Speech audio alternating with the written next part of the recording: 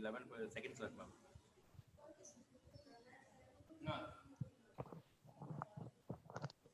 First browser close பண்ணு. Connect பண்ணிட்டு browser.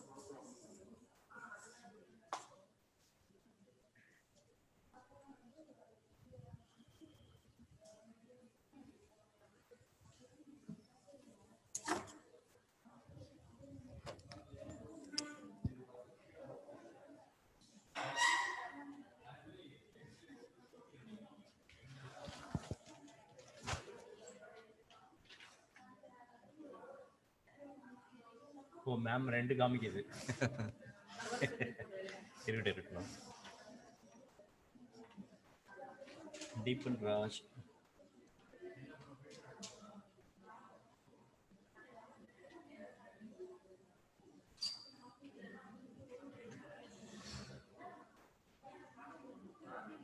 Ma'am அப்போ நீங்க தான் அந்த இதெல்லாம் பண்ண முடியுது அங்கிருந்து. ஏன் சார் கோஹோஸ்ட் பண்றதெல்லாம் சொல்றேன்.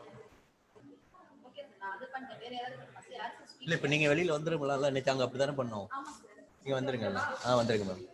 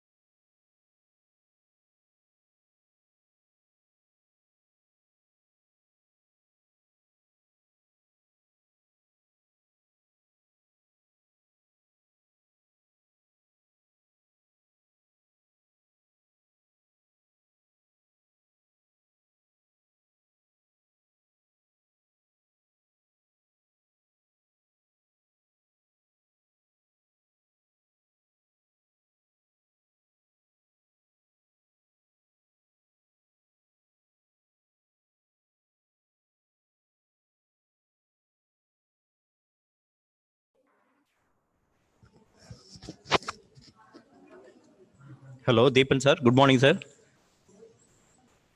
Good morning, sir. Okay sir. Sir உங்கள் ஸ்க்ரீன் ஷேர் பண்ணலாமா சார் இப்போ? Yeah, sure, sir. சரி சார், செக் பண்ணிடலாம் sir.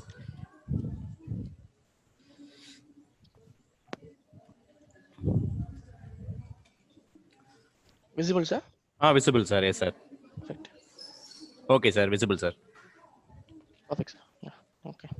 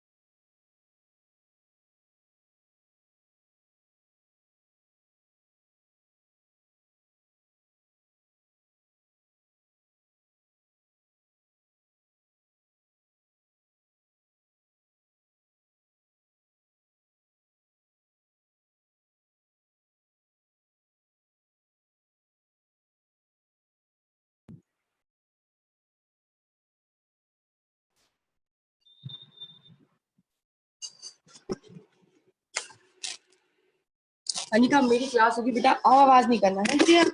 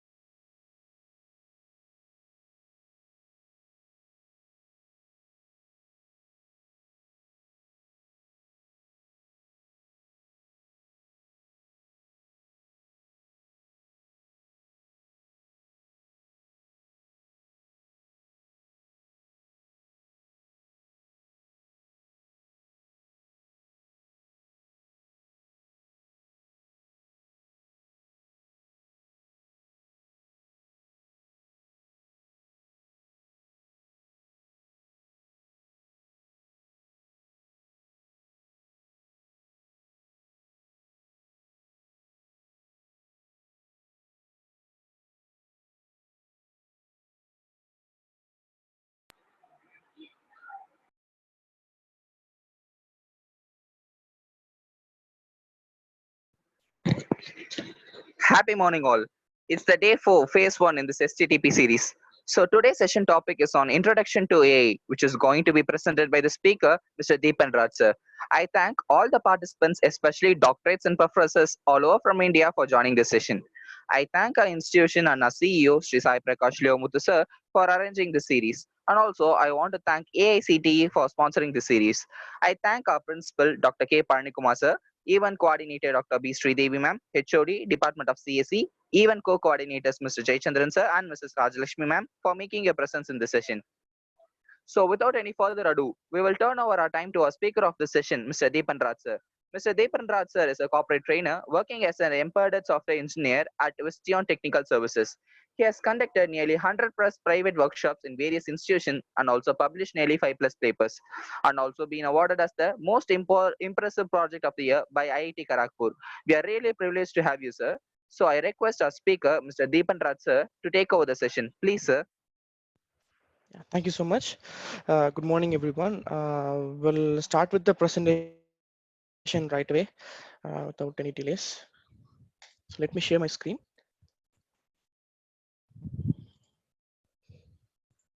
So I believe my screen is visible for you all. Sir, visible, sir. Okay. Yeah, thank you, sir. Thank you. So like today we are going to see some more details about how does a neural network works, and like how to create your own a particular application using a neural network. So that's the agenda for this session. So I believe few would have taken about some introduction about machine learning and few things about Python and stuff. So today we'll be like jumping right away to why there is a need for deep learning, or that is like the neural network, which is actually like predominantly like dominating the market right now. So basically we do have this important question in our mind, like why AI now? Because this is all because of there is like two important things. One is the digital data which we have in our society right now. The second thing is the computational power which we have. So I know that 10 to 15 years back, we have this computers that has just Intel Pentium 4 that has 256 MB of RAM. So that is a very big deal on that time. But now, I mean, even a normal smartphone that has 4 GB of RAM. So that much amount of computational power has increased. But anyways, even using that amount of computational power, it is tough to train a neural network, I mean, for a particular data set. So we'll see like, how that actually works. For example, I mean, let us take an image. Okay, so that has a dimension of 1000 cross 1000. So typically, if it is a 1000 cross 1000, I mean, we'll be having an image that has pixels, which is like more than 10 lakh pixels for one image, which is 1000 cross 1000. So imagine it is a color image. So if it is a color image, obviously it will have 3 dimensions. So if I have 3 dimensions, though the 10 lakh will be multiplied into 3. Basically it will be giving you 30 lakhs of data to your particular single image. So imagine, I mean, for training a model, I just take 1000 images in my data set. So you can see the numbers of this, I mean, amount of pixels or amount of data that has to be processed by the neural network is like humongous. So even though when we have a top notch system like Intel i7 or even the Xeon processors, I mean, training a data set with this size is literally very, very tough for the cores to handle. Even though, I mean, in our workstation, we do have 32 cores. So it is typically, we have 32 hands to process the data. So even though we have 32 cores, it is a little tough and I mean, a time-taking job for the CPU to handle this much amount of information. So obviously, when we try to train a neural network, we should have a GPU. So without a GPU, yes. Can we move forward? Yes. Thank you. Yeah, great. So as I was saying, without GPU, it is tough to train a neural network. So that's what we are going to see today. So how to use, I mean, a GPU and train our own neural network with the help of that. So obviously, I mean, when it comes to GPU, we do have a lot of, I mean, competitors like NVIDIA, AMD, and there are like few more, I mean, third-party competitors as well. But I mean, I can say that only NVIDIA have cracked a very big deal on training on utilizing the actual cores, which is known as CUDA. Using those CUDA cores, I mean, they can able to use those parallel cores to train our data. For example, if I have 30 lakh data for one instance, these cores will be like close to 720 to 800 cores or a normal GPU. So these 800 cores will work in parallel and train those data in a parallel way. So imagine if you have a i7 processor, we have just 7 cores, but I can say that those 7 cores are very, very powerful. It can able to handle any kind of task given to it. But GPU is like more of a swarm kind of an guys who work on a, I mean, on a very big basis. For example, each and every guy has a limited power, but they can able to combine their power together to stream the exact data to the same.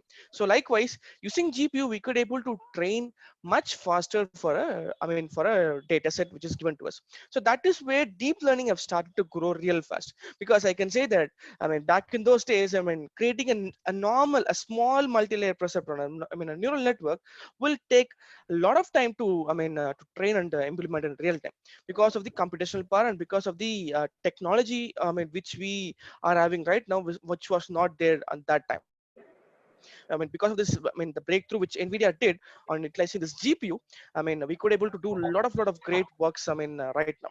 So anyways, we could like directly go to deep learning. But anyways, before going to deep learning, we just want to understand the difference between the machine learning and the deep learning, because I guess, I mean, if you would have taken about machine learning, right? So you would have understand what is machine learning and like how does it, I mean, make its classification and stuffs. Because in that case, I mean, in machine learning, we do have two important steps. One is like extracting the features that we will be doing it out. We will be like mentioning which kind of features have to be extracted, and using those data, using those extracted features, we are going to give it to the classifier, and the classifier is going to like give us some output for the same. So this is like we are going to handcuff the features, and we are going to give to the particular algorithm so that it will learn something from that given data. But what if, I mean, the model itself can able to extract the features and classify to the same? So that is where deep learning comes into play. So I mean, we don't want to handcuff the features for each and every data set which we have right now. So using deep learning, the very architecture will back propagate and will give a feedback about the learning rate. Based on that, the weights or the content will be like updated again and again and again, so that the classification accuracy increases a lot. So that is where deep learning stands apart with machine learning. But one can ask, okay, obviously, here I can see deep learning, does takes a lesser number of input from us. And what if it is not learning well? Because we are human beings and we are far more superior to understand what are the important features to be noted down in that particular data set.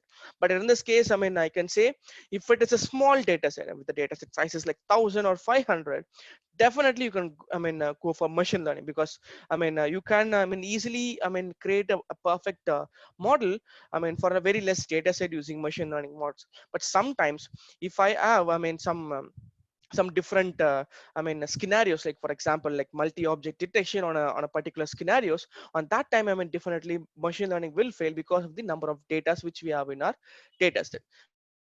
So more the data set, maybe the learning will be. So in that case, deep learning will dominate machine learning because we don't want to create any handcrafted features. So it is scalable in nature. So no matter what the data set size, the learning will be like continuous, and it will like automatically update on each and every iteration. So that is the important difference which we have in deep learning.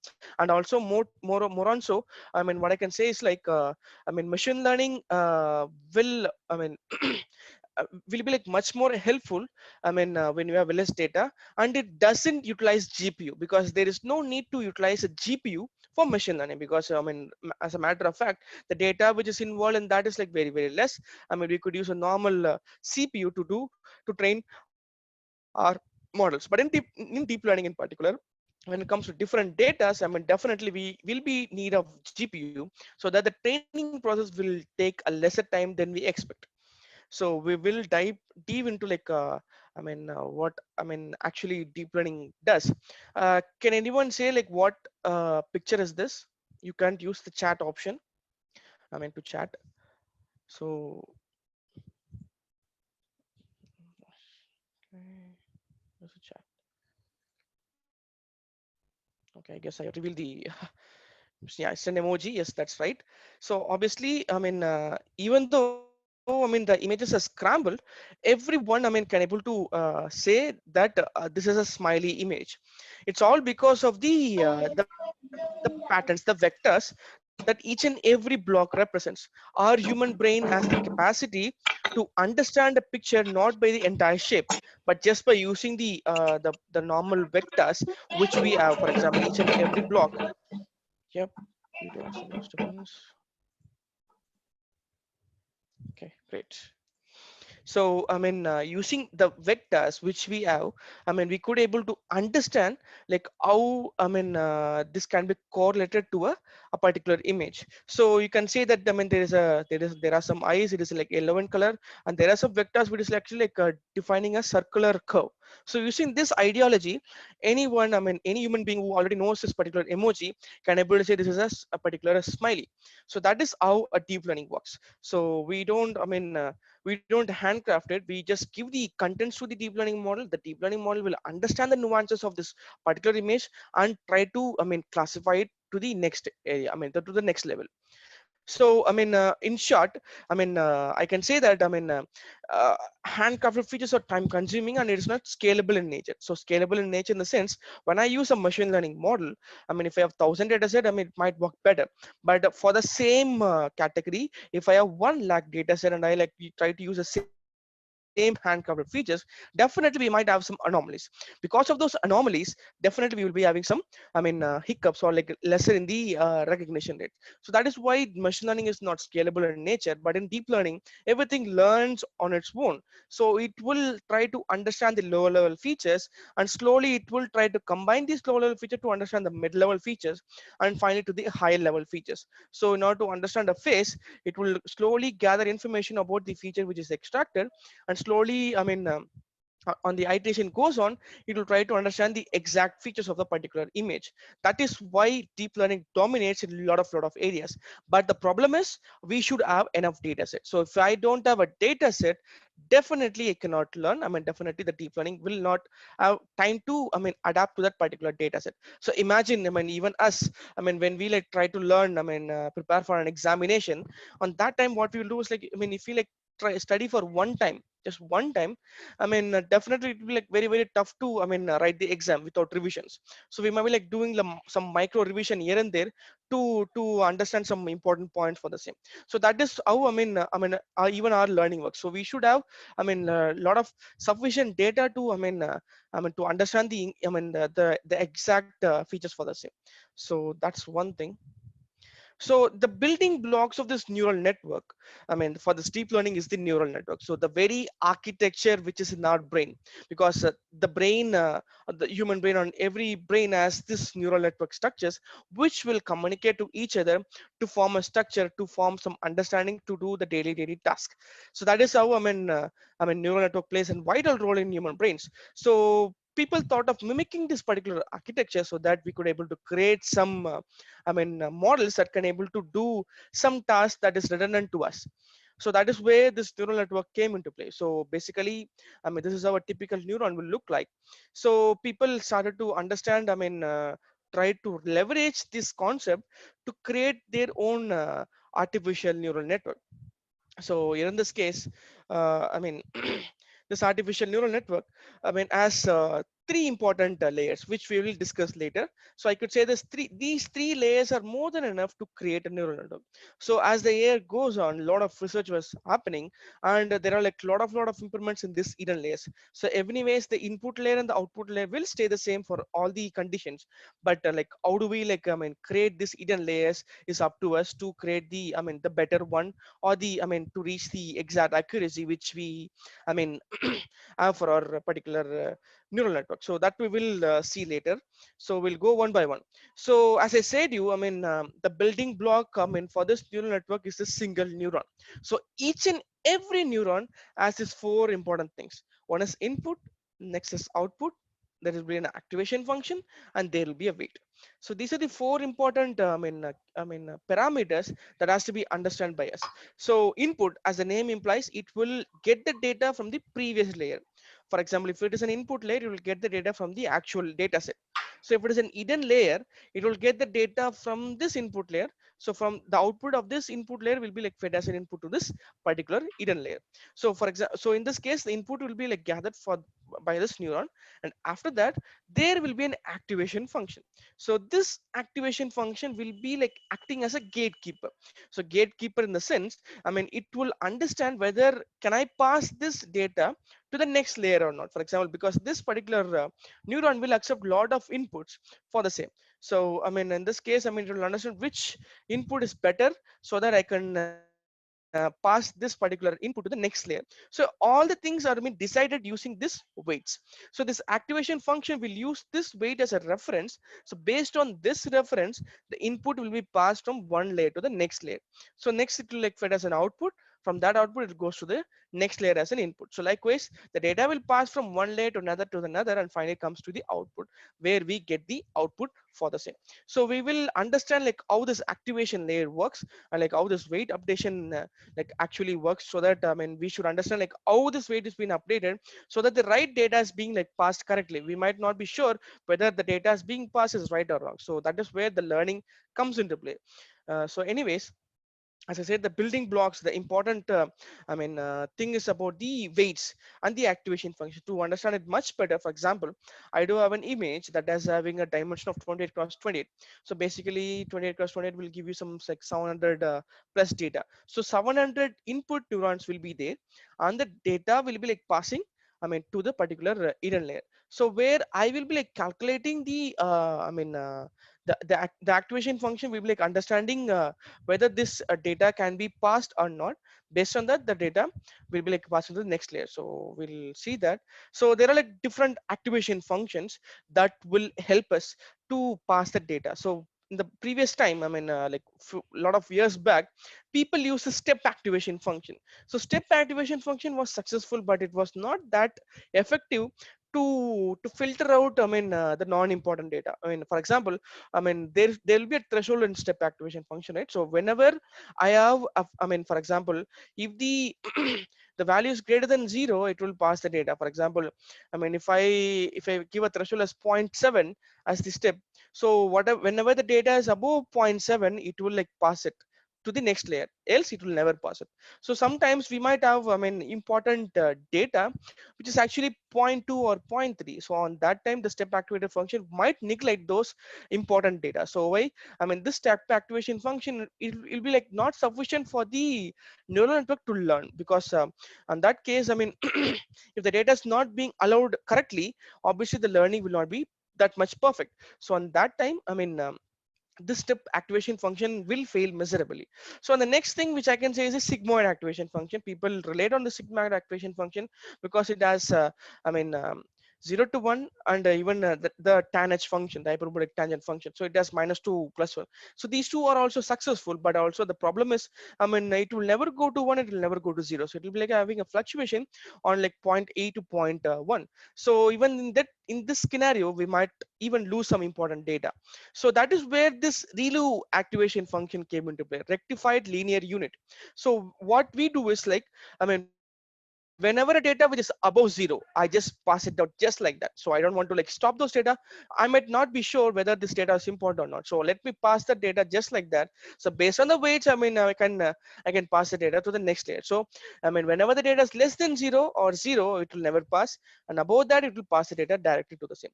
So it was it was said that, I mean, ReLU is the best activation function, which is being, I mean, predominantly used for all the neural network. So it is like significantly what I can do is, I mean, based on the weight, if the weight is, I mean, lesser than 1, you will not be allowed. So the ReLU function will stop your data to be passed to the next layer. So all we need to do is, when the weight is greater than 0, the ReLU will start to pass the data to the next layer. So these are some of the, I mean activation function based on their weightage and based on their importance, like linear, sigmoid, tanh, and ReLU. And we do have this concept known as leaky ReLU. So leaky ReLU is something like, even it will pass data, which is like very very less. For example, if I select a 0.1 or 0. Like less than 0, or maybe like minus 0.1 might be maybe a little bit important on that time. So on those cases, even this leaky ruler will pass those, subsequent data which is actually closer to the value 0. So even that data might be like, it is like proven to be helpful for the learning rate.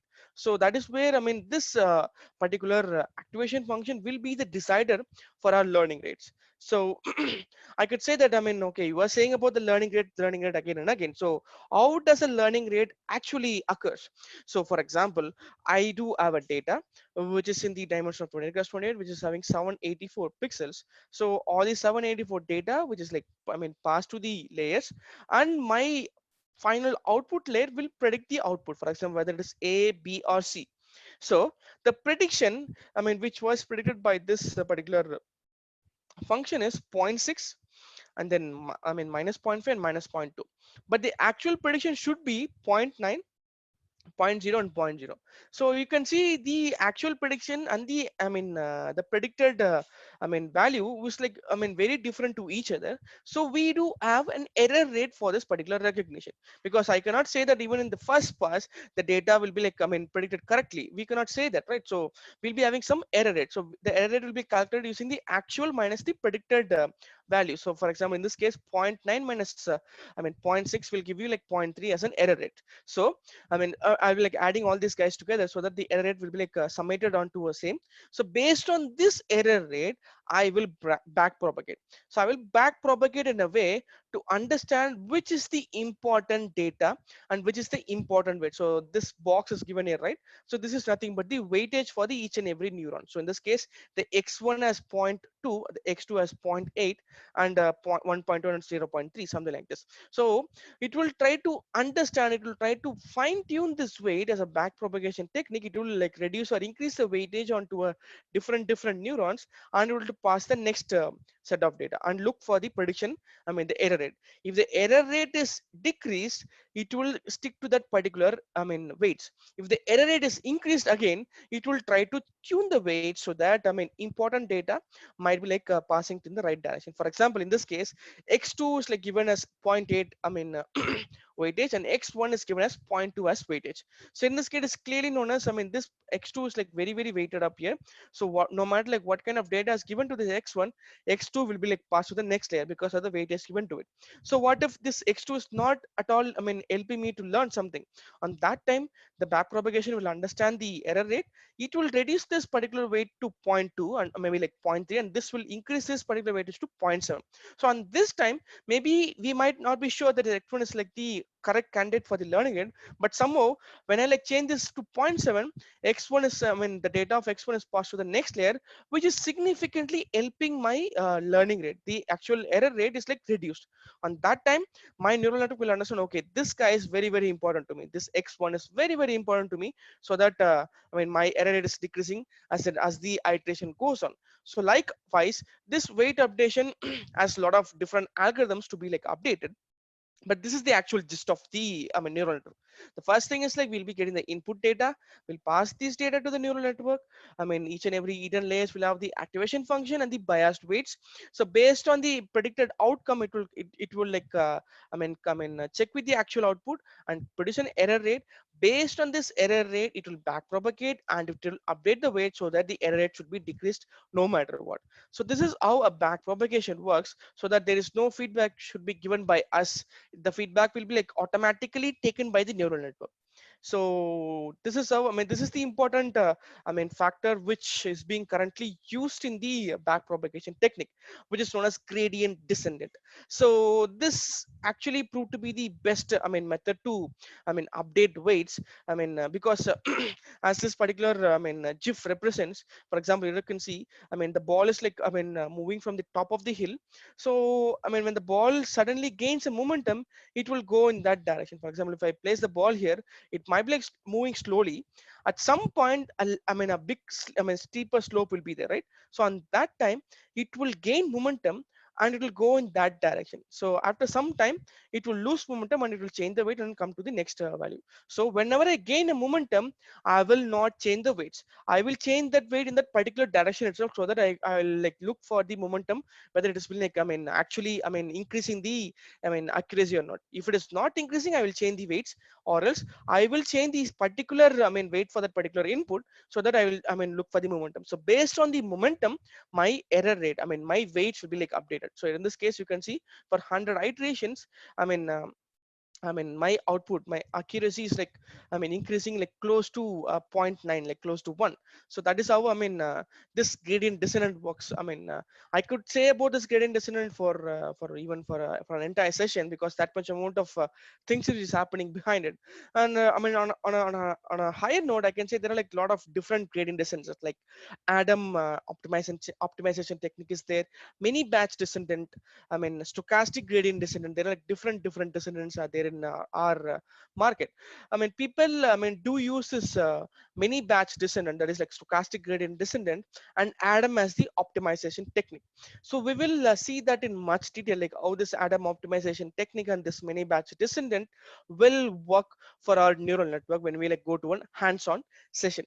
So I mean this is the basic block of a neural network. So I mean we do have an input layer, we do have an hidden layer, we do have an output layer. So based on the error rate, the gradient descendant will be calculated. Based on the magnitude of the change of the error rate, it will update the weights. Based on the weights, the accuracy will increase as the iteration goes on. So based on that, we'll be getting a better output. So each and every data will be like passed again and again and again to learn something different from that particular data. So that is how, I mean the data will be learned. Because even us, I mean when we like try to learn a subject, I mean we should at least learn it for 3 to 4 times, so that we can able to understand the each and every nuances of that particular book. So something similar to that, I mean it works in this way. So this is all about the neural network. So I mean any other doubts, I mean till now, I mean any other clarification that has to be made? So if yes, I mean we could clarify it, else we could go for the next part.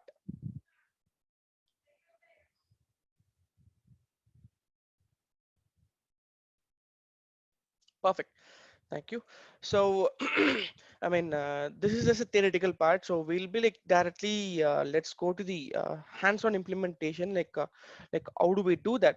How to create a normal neural network so that, I mean, I mean, how to, I mean, understand this theoretical concept much better. So we could directly go to Google Colab.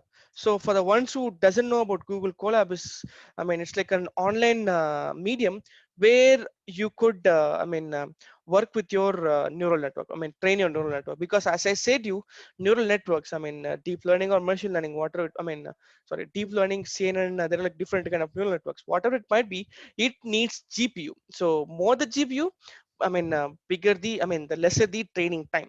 So a lot of people, I mean, like us, might not have the powerful system with us. I mean, even a lot of people doesn't have i7 processor, which is the mandatory, thing for a neural network, to create a neural network. So on that time, I mean, people lost hope on, because I don't have a powerful system, so that I cannot able to create a good neural network to understand something out of it. So in order to address these kind of challenges, Google came up with a solution where anyone can able to use the power of the workstation just using network. So if you have an internet connection, that's more than enough to work with these kind of neural networks. So that is known as Google Colab. You can just go to, I mean, Google and type Google Colab. It will the first the first link is the actual Colab link. So you can directly go like this. I mean, here you can see we'll be having a lot of options here. So first what I'm going to do is I'm going to file, and I'm going to open notebook. So in order to open a notebook, there are like different tabs here. One is examples, which was given by Google Colab, and the recent work which I had done. And the, even you can load your Google Drive, and you can open the contents for the same. And even you can use the GitHub, so that the version management can be done. Even you can upload the direct files to the same. So I'm going to use the GitHub for now. I mean, you could also use my repository to get the data, get the implementation of the works which I've done. So there are like lot of programs in my repository. I mean, there are like two different repositories here. One is like deep learning, one is machine learning. So now I'm going to I'm going to the repository known as deep learning, where I go to this particular program known as MLP PIMA. So we are going to create a neural network with the particular data set MLP PIMA. So MLP stands for multi-layer perceptron. So we will understand like how this happens. So for the beginners, I mean, you could always try to understand like what Colab is. But anyways, all I want to do is change the run type from hardware to GPU.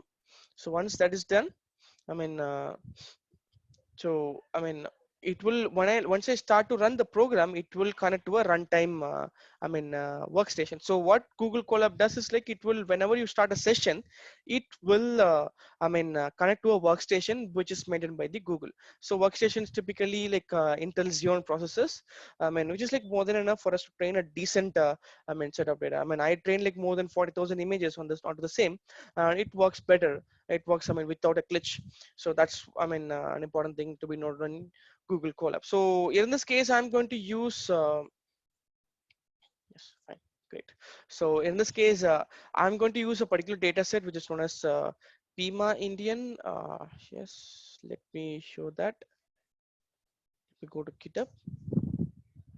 I will show you like how this data set works, how this data set is being represented. Now I'm going to like use this particular guy to create a neural network for the same. So as the name implies, PIMA Indian data set. PIMA stands for Indian diabetes data set. So it is like something like a gestation diabetes. So gestation diabetes is something like people when they're getting pregnant, they form this gestation diabetes during the time of pregnancy. So what are the chances for the lady to get this gestation diabetes during the pregnancy? So that is the data which is given as, like, for example, data are like number of times of pregnancies, like the BP rates, the systolic and the diastolic rate, your body mass, BMI, the body mass index, and a lot of parameters will be like given. So based on that, the values is given like 0 or 1. So if it is 1, the particular data as diabetes. If it is a 0, the patient doesn't have a diabetes. So this is how the data set is being like allocated. We do have 768 data for the same. I can say that it's like very less, but anyways, for the sake of this particular understanding, we're going to use this data set because lesser the data, the less the model will learn. But anyways, I'm going to use the 768 data that has two classification. One is 0 or 1. So based on that, I'm going to train my neural network. So first things first, I'm going to push this data, clone this particular repository to my Google Colab, because as I said this will connecting to a particular runtime engine. So every time when I connect to a runtime engine, it will be a new workstation. My data which has already been saved will not be there. So that's one important thing which you want to know. So once you close the session, whatever data which you saved here will be removed. So make sure you take a backup or push things to your Google Drive or to your to your GitHub. So once I cloned it, here you can see inside deep learning, the entire data has been loaded into this particular runtime. So this is the file which I'm having. Here you can see the RAM and the disk size. So I do have 68 GB inside which I can utilize 31 GB of data, and my RAM is typically 12 GB. That's typically a decent RAM, I can say that. So I have cloned it. Let me look for the contents here the same to understand. Okay, I do have deep learning as the folder. So this is the folder which is in the GitHub, right? The deep learning folder. The entire deep learning folders have been cloned to the area. Now I'm going to import some packages. I know this is pretty difficult to understand in the first shot, but obviously there is a recording which we are making right now. You could use this recording to understand in much detail. So because today we are just going to understand how does a neural network works. This is a basic implementation, how to create to the same. So I believe that a lot of people knows about coding, so we'll directly go into the actual, pseudo code for the same. So here I'm going to use a particular, library known as Keras. Keras is the library which we're going to use to create neural networks, to train and do stuffs. So I'm going to, import some, basic libraries for the same, and I'm creating some randomness, because randomness is very important. I will say when this randomness works, and then I'm going to use NumPy to load this particular data set. So this data set is in the form of CSV. CSV stands for comma separated values. So the delimiter which I use is the comma. So the data set is loaded down here. So I'm just loading down the data set, and I am splitting this data set into input and output. So in this case, there are two columns. So the first column is the represent the rows. The second column represent the column. Okay, so because in this data set, the first 8 columns, once again, the first 8 column represent the inputs, right? So 1, 2, 3, 4, 5, 6, 7, 8. So from 0, the first 8 columns represent the data. So from 0 to 7, I have input data. So that is what is given here. So 0 to 8, it is the exclusive of 8. So 8 will not be considered. So it will start with 0 and end with 7. So I'm going to take the 7 columns and the entire rows, and that it will be termed as the input data. For the output data, I'm going to take the 8th column. So which is given here 0 or 1, which will be loaded here. So first column is entire row, and the 8th column alone will be taken down here. So I'm going to split the data set into input and output. Once that is done, I'm going to create a neural network. So we all know that neural network will be in the form of sequential fashion, right? So because data will be passed from one layer to another, so I'm going to initialize the model known as is equal to sequential. So once the model is added, I'm going to create layers of neurons. The first layer will be the input dimension, because we know that we have 8 columns of data. So each and every input data will be, each and every row will have 8 input data. So my neural network should accept 8 input data at one instance. So that I given it as input dimension as 8, and the immediate hidden layer will be 12. So something like this. When I take something like this, input layer will be 8. The next hidden layer will be 12. Okay, so that is what is given here. So the input layer is 8, next hidden layer is 12, and we do have a initialization function, because we cannot bias the the input data, because we might not be sure which data contributes to our learning. So the initial point will be like a uniform distributed weights. So every weights will be like very very minimal and equal to each other. So at the initial point, I mean each and every data will be like given equal weightage, so that the model should not have any bias to learn some parameters. And I also given the activation function as ReLU, because ReLU will be the best the predominant activation function which is being used right now. And then I'm going to create another hidden layer that has 8 neurons. Even for this also I've used uniform initialization and the ReLU as activation function. And finally I do a one neuron, because obviously it is the output neuron which will give me either 0 or 1. Okay, so for this also I have used input initialization as uniform, but the activation function which I used is a sigmoid function, because we know that sigmoid function will give you 0 or 1. It is having a perfect probability matrix, so that data will be like either pass to 0 or 1, so that it will be like easy for us to understand whether it is actually class 0 or class 1. So for binary classification, sigmoid function can be used as the output activation function, so that we'll be getting the actual output for this. And we don't want to use a ReLU as an activation function at the end of the output layer, because obviously it will pass it will neglect all the data which is less than 0. So on that time we might lose a lot of important things as an output. So why we are using the sigmoid as the activation function at the output neuron. So I have initialized the model, I have made the architecture, that's it. So once the architecture is made, okay, something is not right now.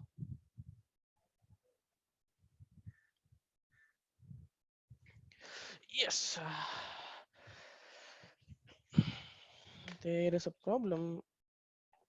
Keyword unit is not being understood. Okay, so what I want to do is I just want to recently TensorFlow I've been moved to the latest version, but the code which I've done is for TensorFlow 1.14. Okay, so let me do that.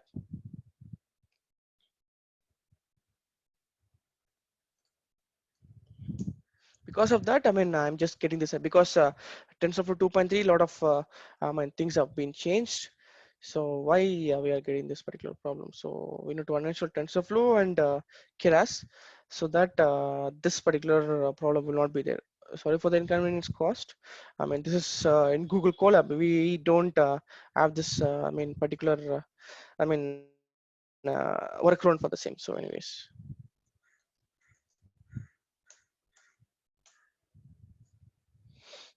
I'm just uninstalling all the Keras and the TensorFlow packages.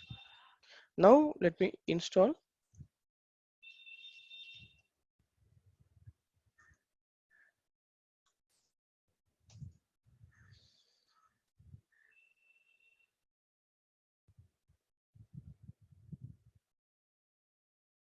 If you're going to use my programs, definitely do uninstall these two packages and use 1.14, and then we'll be using Keras as 2.1.2. That's one of the important problem. When it comes to, okay, yeah. Just I'm going to restart. No. Okay, I'm just restarting the runtime now. Okay, now everything's lost right now, so I need to install Keras 0.2. Okay,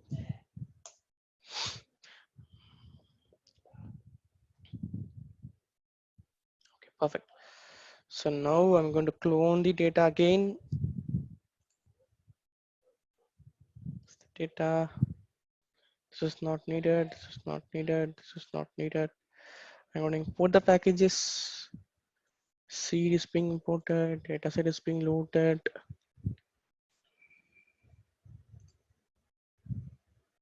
Now you can see, it is being compiled correctly.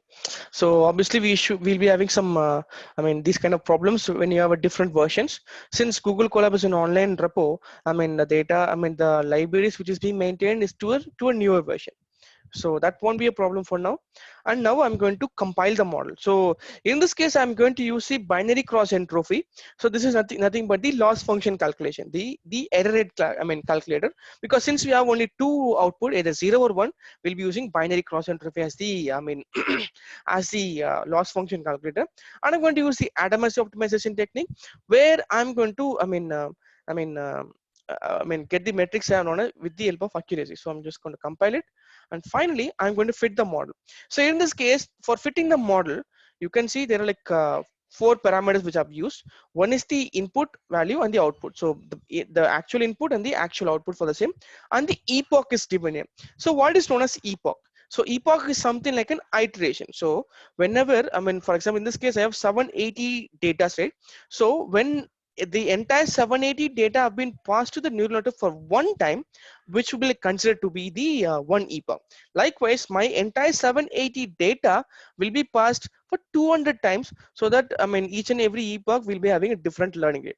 And here also, in this case, I've given a batch size known as 10. So there's another important concept that has to be noted, that is known as batch size, which we call it as a mini batch descendant or a stochastic gradient descendant.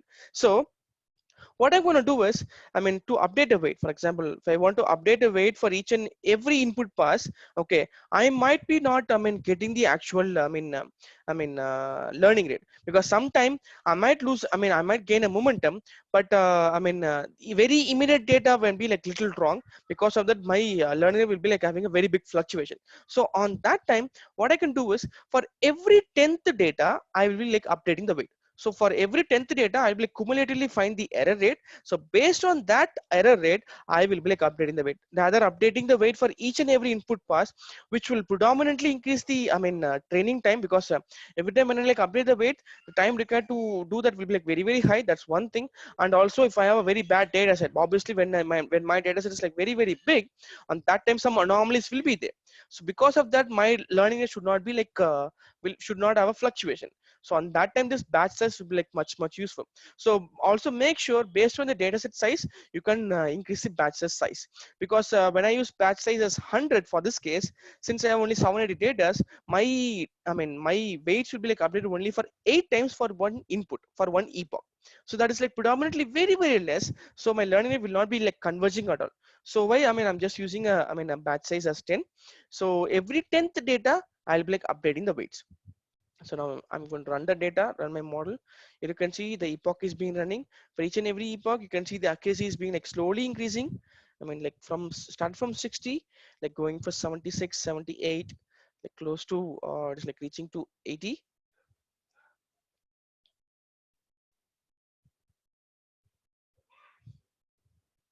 Yes. And I'm going to evaluate the actual accuracy for this particular model, and I got it as 79.04. So two important things that has to be noted down here. So when I try to run the same program in your system, okay, even in my system in another time, I might be like getting a different accuracy. This is all because of the bias rate. Because for example, in 784 data, maybe those some 200 data might be like very, very important. So what if these 200 data has been used in the right instance, and my right weights are activated for those 200 data? What if my 200 data is not being utilized correctly, so that the weight is not activated because of those 200 data? Because since you're updating the weights on the 10th data, we might be not sure which data was predominantly helpful for the same. Because of this, we might be like having some randomness into the same, so that my accuracy will be like having a very big differences. So in order to arrest these kind of problem, in the initial point of program, I have created a bias known as 7. So whatever things it might be, I'm restricting the randomness to the point multiplication factor known as 7. So based on that, even when you run it, we might not be having a very big fluctuation, but we might have a small fluctuation which will be like running around from 77 to 81. So the maximum accuracy which you can get is to till 81. More than that you cannot do, because of the dataset size, which is like very, very less. We might be like not getting the the accuracy more than that. It's all because of the dataset size. We cannot like complain to the same. But anyways, we could try to increase the batch size to 100, and let's see like what is happening. So I'm just increasing the batch size. You can see the training is like very, very fast, right? So let me evaluate the model for the same. Surprisingly, it is 84. So maybe because of the data, I mean, maybe only like very less data is like supporting for my learning rate. Because of that, my accuracy is like, I mean, shooting fast, but I cannot be sure this accuracy is the right one. I mean, without having a validation set, I mean, I cannot say this is the right accuracy, because sometimes we might have a overfitting and underfitting problem. So this is something like an overfitting problem where my learning rate shoots up just like that. I mean, even with the lesser learning rate, it should just like just shooting up. So on that time, now to understand whether it's actually learning it right, I can go for 1000 epochs. But to understand it much better, at some point of time, the epoch for you can see it is like going for 81 and coming, I mean, coming down to 80, 81, 80, 81, something like that. So it is evident that it is not going more than 82. It is like, I mean, constantly like, I mean, sticking with 81, 82. So the learning rate is not, I mean, being happened to the entire epoch. So at some point of time, this learning rate is being stopped. Okay. It's been done, I believe. Yes. Okay. Now I try to run it out. I'm not getting it. Some okay. I guess the epoch size is too high. Let me keep it as 500. Let's see like what is happening there.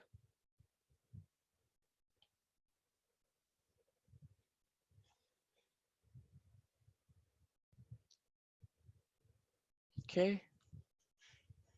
So accuracy is being increased. So I could say that, I mean, giving a batch size of 100 is like significantly improving my accuracy. But I mean, it is always wiser to have multiple weight updates. Even though when I increase the data set size, I mean, the accuracy is being increased. But when I have a validation set, on that time, definitely it will miserably fail. Even though I have a shoot up of accuracy, when I like try to print a chart for the same, definitely we can be able to understand like how it is being shooted up or not. So this is how, I mean, you do create a neural network, I mean, onto a small data set. I mean, okay, we do have some chats here. Okay, we'll define the layer dimensions. So that's so yeah, I mean, this is a very exact question which people ask, I mean, every time, because I mean, as I used here, I mean, I have given it as 12 neurons here. I mean, the second input layer, it layer is 8 neurons. So there are no, I mean, a particular theory or a particular guideline to create these hidden layers. So it is up to us to decide like how many layers, how many neurons are to be given in the hidden layer. So my belief is that when I have a, I mean, lesser, I mean, huge number of neurons next to the input layer, obviously the complexity of the model will increase. If the complexity of the model increases, lot of input pass, lot of, I mean, gate pass will be there, so that the activation function will play a huge role to pass those data to the right direction.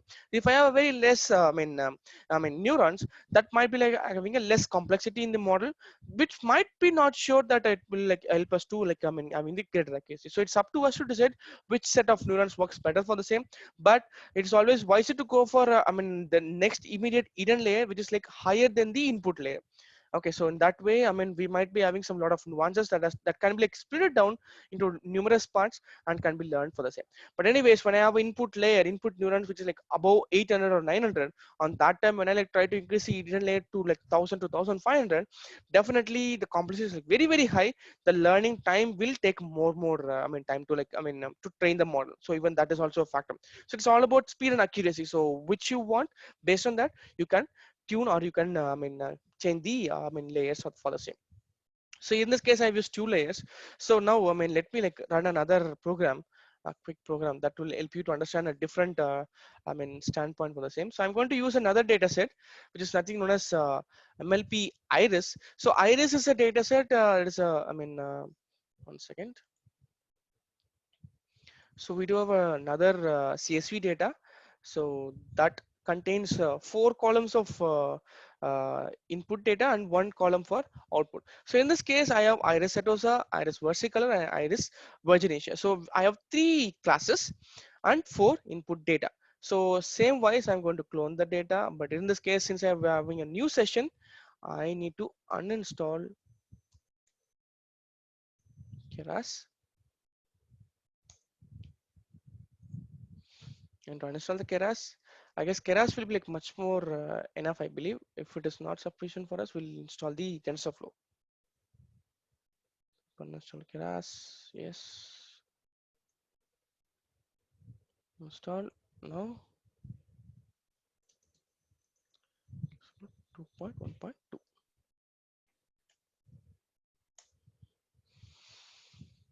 Can do that. Okay, so now I'm cloning the data. Yes, it's been done.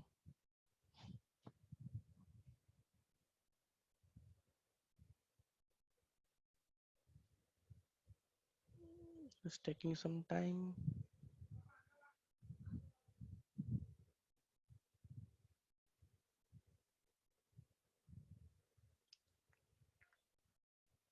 Okay, it is taking more time than we expect.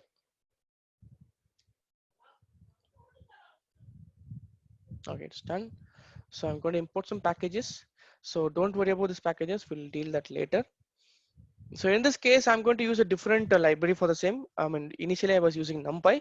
Now I'm going to use pandas to load this particular data set. So same wise, I'm just loading the data set and I'm splitting the data set as input and output. So that is done. So after that, here, I mean, you can see I have made some encoding option. So this encoding is something like, for example, each and every neuron can give you either 0 or 1, right? So on that time, if it is a binary classification, on that time, okay, 0 or 1 is more than enough for me. What if I have, three, outputs, 0, 1, and 2. So on that time, definitely this will not be like sufficient. One second. Yeah, sorry for that. So definitely on that time, one neuron will not be sufficient enough to give us the output for the same. So imagine I have three neurons or something like this. So I do have where is the brush? Yes. So I have one neuron, another neuron, another neuron. So what if I have three neuron as the output? So each and every neuron will give me the output. So for example, if it is 0, 1, 0, I can say this belongs to class 2. If it is 1, 0, 0, it belongs to class 1, something like that, right? So likewise, if I have three neurons, okay, as an output in the output layer, I can define which is the actual class for the same. So this we call it as one hard encoding. So one hard encoding is something like 0, 0, 1, 0, 1, 0, and 1, 0, 0. So if I get 0, 0, 1, it belongs to class 1. If I get 0, 1, 0, it belongs to class 2. If I get 1, 0, 0, it belongs to class 3. So something like this. So this is known as one hot encoding. So for a multi-class classification, one hot encoding will be used. So that is what we are doing it down here. So I'm just using the label encoder to understand, to make my data into a categorical output, because my data set has a having a different output on as ID setter. So I just want to make, remove this ID setter to 0 or a number. So ID setter will become 0, versicle will become 1, and Virginia will become 2. So I'm just converting my data into a categorical output, and I'm giving a one hot encoding for the same. So once one hot encoding is done, I'm just creating a model for the same. You can see that input times is 4 because I have only 4 data, and the immediate hidden layer is 12. Activation initialization is normal here, so we can either use a uniform or a normal as initialization function, which will not be like will not have much differences for the same. If you know about the distribution functions, you can able to understand like what I'm talking about here. And the activation function is 0, the immediate hidden layer is 6, and the final output layer is 3.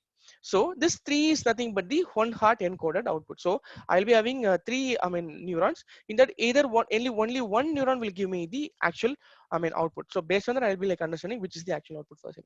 So in this case, the loss function is being calculated using the categorical cross entropy. So previous case we have used binary cross entropy because it has only 2 data, but in categorical cross entropy, we have multiple data, so that the loss function will be like calculated in a different way. So that is what is done here. So let me encode it, defining the baseline.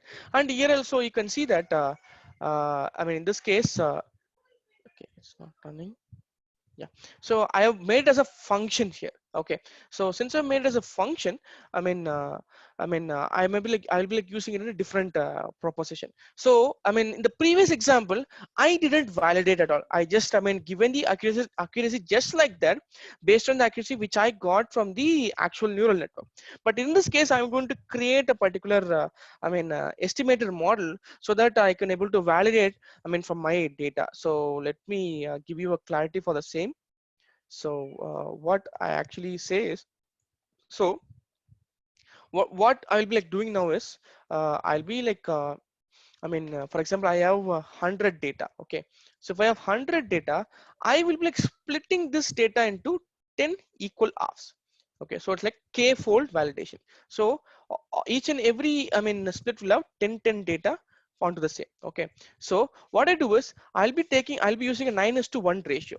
Okay, so 9 portions will be used for training and only 1 portion will be used for testing. Likewise, I will be like shuffling this testing portion for each and every split. So each and every set of data will be used one time as a validation function, so that the entire training set will be like shuffled every time, and the testing set will also be shuffled again and again. So this is known as k-fold validations, which I used it here. So k-fold validation is something like, we'll be like splitting the data set into 10 equal halves. So you can see the end split is equal to 10. So when I like split the data set into 10 equal halves, so it will split the data into 10 equal halves. 9 parts will be used for training and 1 part will be used for testing. And finally, I shuffle this particular content, and I again take 9 parts for training and 1 part for testing. Likewise, this will be like running again and again for 10 times, and shuffling it again and again to different portions, and finally giving me the accuracy. So now let me run this particular part. So this will okay. Did we define this baseline? Yes. Okay, TensorFlow. Now this is making us another big problem. So I need to uninstall TensorFlow.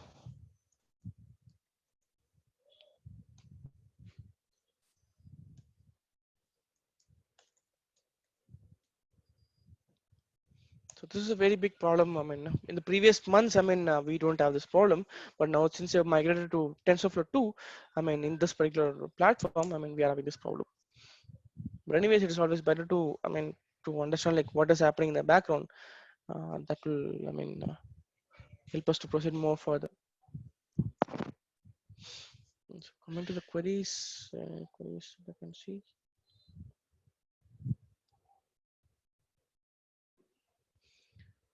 Precision algorithm or techniques of define the hidden layer dimension. Yeah. So there are no optimization, techniques which is being currently used to define the, the layer sizes. It's up to us to, to decide like how many layers have to be like utilized. So we don't have a, we don't have a hand for the same.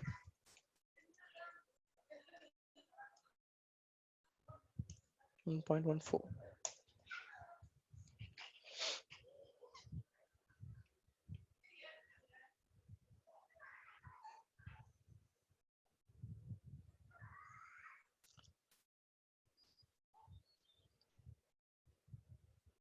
Okay, it's done right now. I guess we'll to restart the runtime.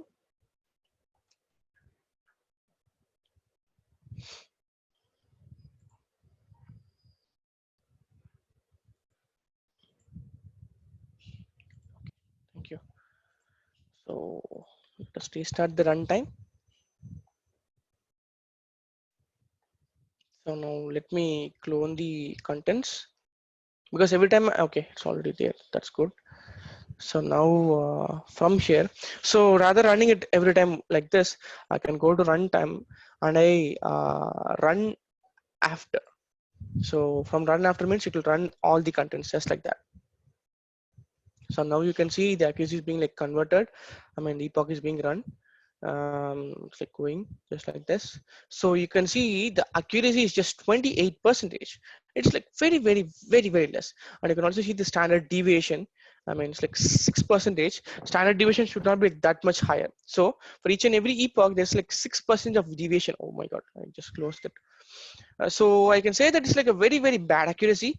I know that because of the dataset size, because the dataset size is like very, very less in this case. I mean, I just have, just 150 datas, and I have only four.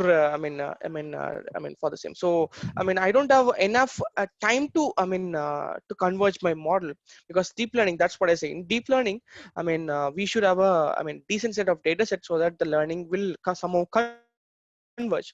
But I can definitely say Iris is one of the best data set which you can ever get for machine learning. When we try to use a machine learning model for the same, we'll be getting 100% accuracy for it because of the hand counted feature which we're using. So it is always wiser to use which kind of data sets to be to be utilized for that particular thing. So that is how your adaptation to machine learning or deep learning works. So this is our common neural network will be trained. So there are like lot of techniques for particular techniques for images, where we call it as convolution neural network. Even we have this LSTM and RNN techniques. LSTM is like long short term memories and recurrent neural network, which is like used particularly for chatbots and for time series prediction or something like that. So it is not like it's not planned for this session. I mean, but anyways, you can also take a look on this particular content for the same. So anyways, this is our normal neural network comes into play. This is how we can able to train a particular model. So you can use my GitHub profile. You can get the contents and you can learn. You can try to run those codes and you can fine tune the parameters or use your own data set for the same. So we have just saw this the importance of the neural network and like how it is being trained for the same, and like how we are generating a particular model for the same. And also let me give you a quick short content about convolution neural network, which is CNN, which is particularly for images. Okay, so in this case, as I said you, the layers as the in this case, let me cut short this thing faster. So this is how a classic CNN look like. So in the previous neural network, we do have input layer, we do have hidden layer, and we have output layer, right? So those things will be like mentioned here. The fully connected layer, which we are seeing it now, right? So this is what we call as convolution neural network. So this is how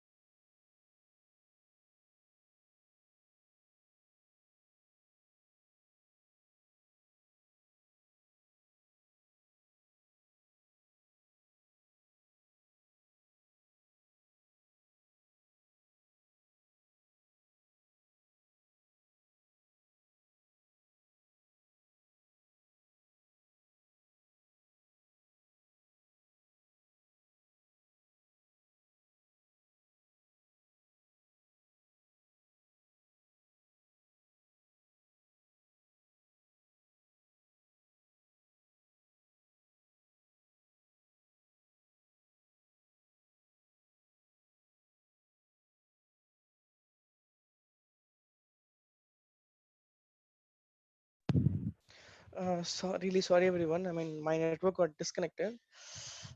Sorry for that.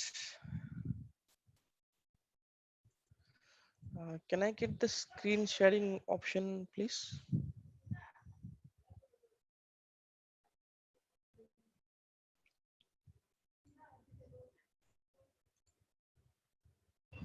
One minute, sir. Yeah. Okay.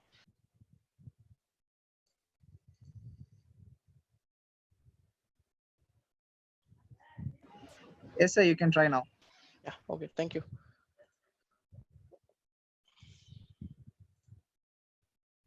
So I believe my screen is visible. I may not be sure which part I was being used. Anyways, sorry for the delay. So I was saying about the convolution layer and the pooling layers, which will be like much more predominantly used to reduce the dimensionality of a particular image. So when it comes to a convolution layer, we do have different filters. Okay, so these filters will be like trained automatically. So it's not like, I mean, we are going to give these filters. So every filters will be like trained automatically by the neural network to understand the important nuances of this particular image. So it will look for the entire image, it will look for the edges, it will look for the contour properties, so, some migrant properties, something like that. So that, I mean, some a lot of important feature will be like mapped as a feature map. So in this case, my input has been like convolved and like a feature maps have been like done. So a lot of filters will be used, so that for each and every feature maps, each and every filters will be having a feature map for the same. So and after that, I'll be using a rectified linear unit, because my input images, input data should not be negative in nature. So I should be having a positive values. So all the non-negative I'll be like passed to the next layer. So that's what is done here. And after that, I'll be using a pooling function. So pooling function is something like reducing the dimensionality of a particular image. So what I can say is, I mean, I don't want to use the entire numbers. Maybe, I mean, in those four numbers, this 6 important is a big rule. I mean, it's like a maximum number. I believe that this might be the actual contributor for my learning, because I mean, we see it as a pattern. I mean, we guys see it as a pattern, but for computers, it is like numbers. So maximum number is 6. So I be like, I mean, removing these three numbers, 115, and I push this 6 number alone. So likewise, I'll be reducing the dimensionality so that the complexity is not increased just like that. Because since we are using filters, lot of dimension will be like increase. On that time when I use the, I mean, activation, I mean, the pooling functions, the, I mean, the dimensionality will be reduced, so that, I mean, the numbers will like optimize onto the same. Even as we have this optimization techniques, even though when we are wearing this mask, I can able to identify my friends just like that, because using their other features, I can easily say that, I mean, this is him and this is her. So it's something like that. So we can able to understand the nuances of a particular object with the help of I mean, a particular outline for the same. So that's how it's like happening here. And finally, like, I'll be like pushing this data to the I mean, to the fully connected layer, which we saw in the previous section, the neural networks, input layer, inner layer, and active, I mean, the output layer. But for anyways, I mean, for multi-class classifications, it is always wiser to go for softmax classification, because softmax classification will give you an output in the form of probability indexes. So here you can see, it will be giving you probability matrix. Based on that, you can able to get the output for it. It's like not wiser to go for sigmoid function, because sigmoid function will be like much more helpful when it comes to binary classification. If it is a multi-class classification, and that time probability based, I mean, activation function will be like much useful. So I'll be like showing you a small video to visualize like how it is being happened. So maybe that will give you an idea, because I cannot, I'm not having the exact liberty to, I mean, to show. Yes, seconds. Yeah, this is a small, I mean, understanding. So I mean, a normal small data set, which is MINS data set that has different numbers, 0 to 9. So using CNN and neural network, how it is being trained. So this is the perceptron, a normal perceptron. I mean, you can see based on each and every image, the output is being predicted onto the same. So this is the multi-layer perceptron, which we saw in the previous section. So in the previous section, we just used only a CSV data. Even we can use images for the same. So we can use images. We can consider input layer, hidden layer, and output layer. So you can see these are I mean, 3 hidden layers are there. One input layer is there, and finally one output layer has been, I mean, mapped down here. So the white spot represent the data is being passed to the next layer, and the black spots represent the data is being blocked. So you can see you can see like there are like a lot of white spots in the first layer and lesser white spots the second layer, and finally we'll be having very lesser white spots, so that more data will not be like passed to the final layer, right? So that's what is happening here. And finally we do have a prediction on which kind of number is being there. So this is how a normal multi-layer perceptron is there. You can see the entire activity is like very humongous. Lot of neurons, a lot of nodes is being like being calculated, and it's like very tough to compile these kind of things, obviously, right? So like more amount of complexity is there when it comes to dealing with images. So why people started to use convolution neural network. So in this case, this is what I told about convolution neural network. For each and every image I'll be having different feature maps. So based on filters, each and every filter will give me a feature map. So based on that feature map, I'll be using this pooling functions to reduce the dimension of the particular feature maps. And after that, I'll be like connected the fully connected layers. So this is how a CNN works. So I'll be having a convolution layer. I'll be having a pooling layer, and after that, I'll like pushing this data to the normal multi-layer perceptron. So why it stands apart when it comes to images, it's like the best approach to proceed further. So this is the actual ideology. I believe that this might give you some understandings. To find the depth of an so I'll clarify this question later. Like this might be like go out of the scope of this particular session, but anyways, in this case, this is how we could try to utilize a particular CNN first time. The implementations are there in this Google Colab. Okay, so go to my website, go to my GitHub repository. Where I do have Mint's dataset right away. One second. Plotting. Yeah, Minst. So you can go inside Minst. I do have a lot of implementation for CNN, even using a normal neural network. How we can able to create a neural network for this particular image data set. Everything is given here. You can go to Google Colab, go to my repository, get this data, and you can also try it on your own. Okay, so and later on, this is a small hands-on implementation which you might got some understanding for the same. And there are like a lot of usages in real time. A lot of people are being like into the market right now, like Boston Dynamics, H2O, Sophia Genetics, in Silico Medicines. These guys are like into the charts. They are actually like somehow surpassing human capabilities of doing things. It's like going way beyond what we could actually do. So these are some of the things which was done in real time. You can Google about these companies in Silico Medicine. These guys are like very good at drug discoveries. They typically discover drugs in just 6 days once the components are found correctly. Typical method which human being follows will take 12 days. So it's like cuts out to 50%. Sophia Genetics is like a company where the system can able to pinpoint the terminal cancer in just 2 hours. That will typically take 1 or 2 days to understand how this cancer is being the early stages of cancer will not be like identified by human beings, but the early stages of cancer can be diagnosed by the Sophia Genetics. Likewise, Boston Dynamics is like a funded DARPA funded agency where they do a lot of machineries that can able to walk and do a lot of culinary activities like human beings, something like that. So you can always Google these kind of companies. And even autonomous tractors are there, drone based agricultural industries drones are being like widely used right now. Even for this COVID situations, people are using drones to sanitize and even like to somehow make sure the locusts are being like going around. So there are a lot of companies which is being in the market right now. So even a lot of investments are being made to the AI market.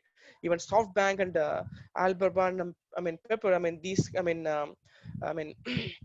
these companies have been like invested into market analytics to understand the crash of the market, the stock markets. Even Amazon, Bosch, or like combinedly like invested in agriculture part where they can able to invest some contents or some application that could aid agriculture and stuff. So like all the areas is being like utilized by AI, because AI is like a dominant feature in every areas which we are in right now. So it's not like particularly limited to CSE department or some other departments. Like it's like it can be used by any department. Even I'm from electronics department, so I do use it for my robotics and other applications. So it's up to us to decide which area to like push it across. So, and also some other current trends which I can say is a generative adversarial network, which is like going, which is the current trendy topic which we can see.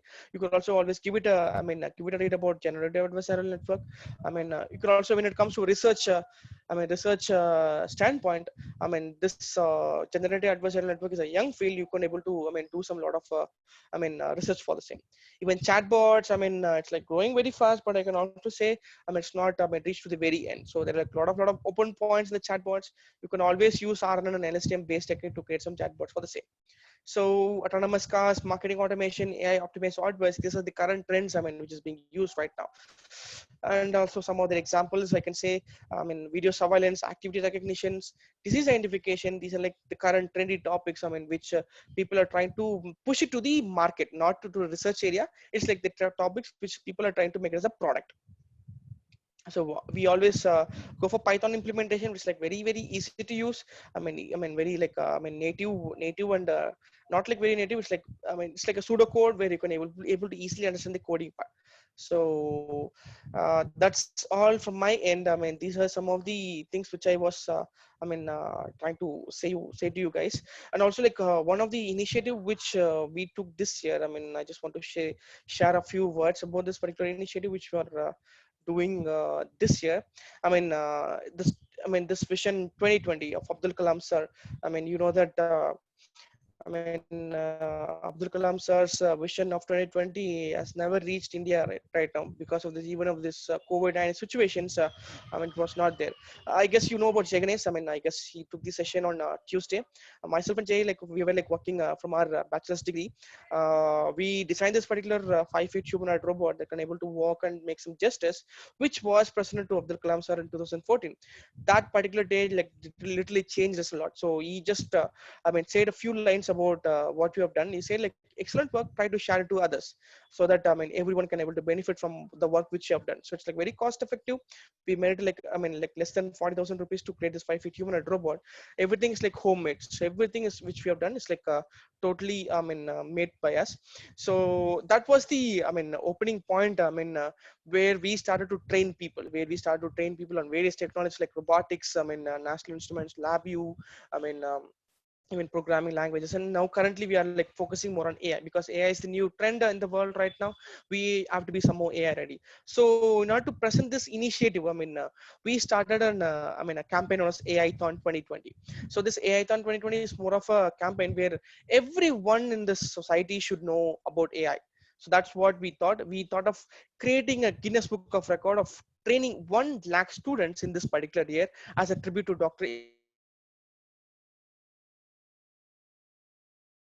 APJ Abdul Kalam sir. But after that, since the Corona situation, we could able to, go local to train people. So what we did is like we started to, create, a particular online platform. Online training community where anyone can able to utilize, the contents. So I'll give you the link. I will share the link. So there's a particular course known as Artificial Intelligence Crash Course. So you can directly go to that. So the rate of this course is 299, 3,000 rupees, but that's not the actual case because since it's a tribute to Dr. APJ Abdul Kalam, this 4 steps is like actually like helping us to achieve this particular, output. Like training 1 lakh students and creating a community of 1 lakh students so that the learning will be like, will be like there every day. So every day, every month we'll be having a webinar. Once they finish this course, we tune them on a lot of, particular, contents, and we like give them a lot of other additional contents to learn on for the same. So we do have a particular discount.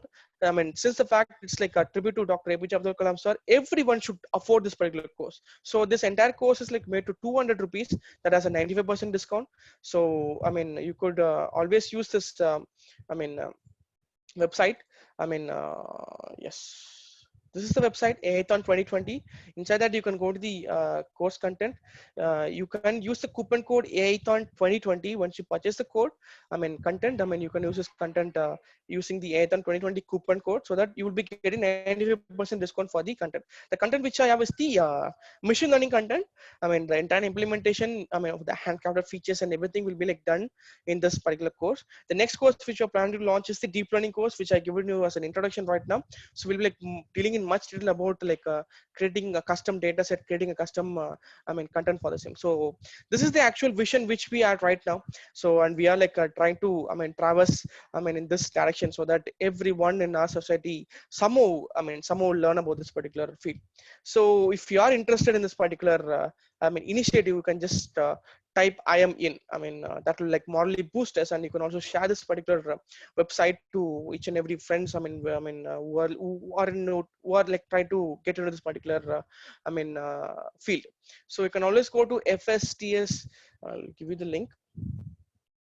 You can use this link. So you can use this link, you can go and you can use the content ATHON 2020 as a coupon code. It's just 200 rupees. I mean, you'll be getting a course completion certificate, and also you'll be getting a Guinness Book of Record certificates.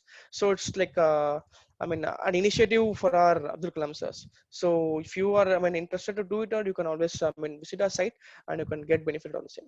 So coming back to the content which I saw it, to find the depth of a object, what you have to do. For example, we have monocular vision. So monocular vision based depth is not that up to, I mean, that's not, it's not that accurate. So we use stereo vision to do that. So once you have a stereo vision, I mean, when you have two cameras, you can easily, I mean, find the depth for the same. So monocular vision based depth is not that accurate. Always stereo vision based algorithm will definitely give you the depth of a particular object. So any other doubts or clarification that has to be made right now can be done. Yeah, it's time for questions. Participants, if you have any queries or doubts, do type in the chat box. We will pick few questions and ask our speaker.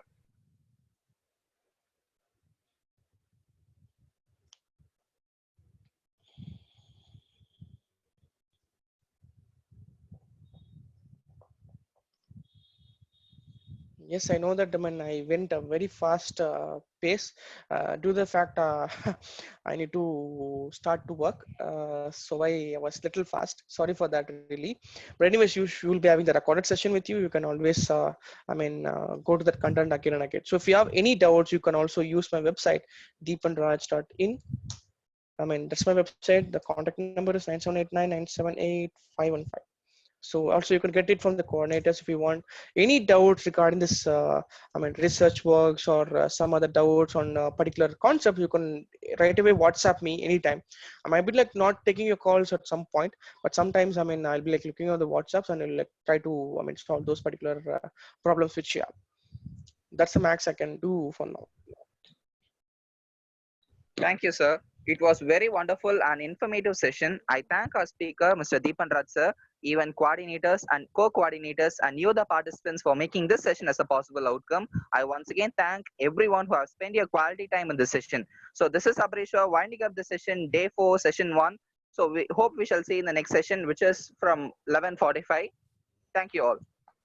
Thank you so much. Thank you. Bye. Thank you, sir. Deepan sir, thank you, sir. Thanks a lot, sir. Thank you, sir. Thank you, sir. Thank you so much. Bye bye. Okay, sir.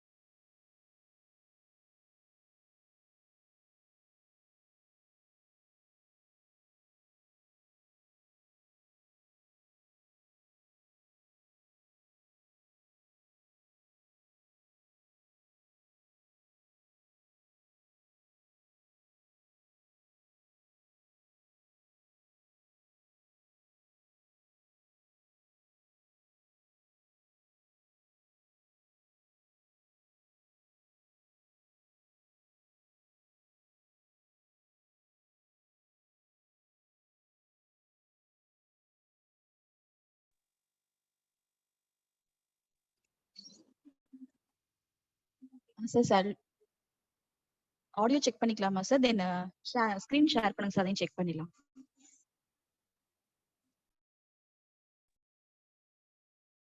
Audio கிளியரா இருக்கா ma'am?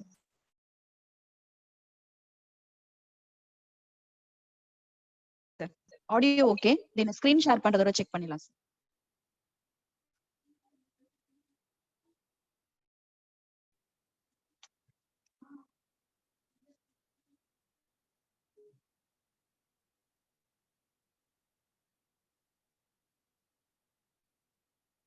Screen வருதுல ma'am? Okay sir, okay sir.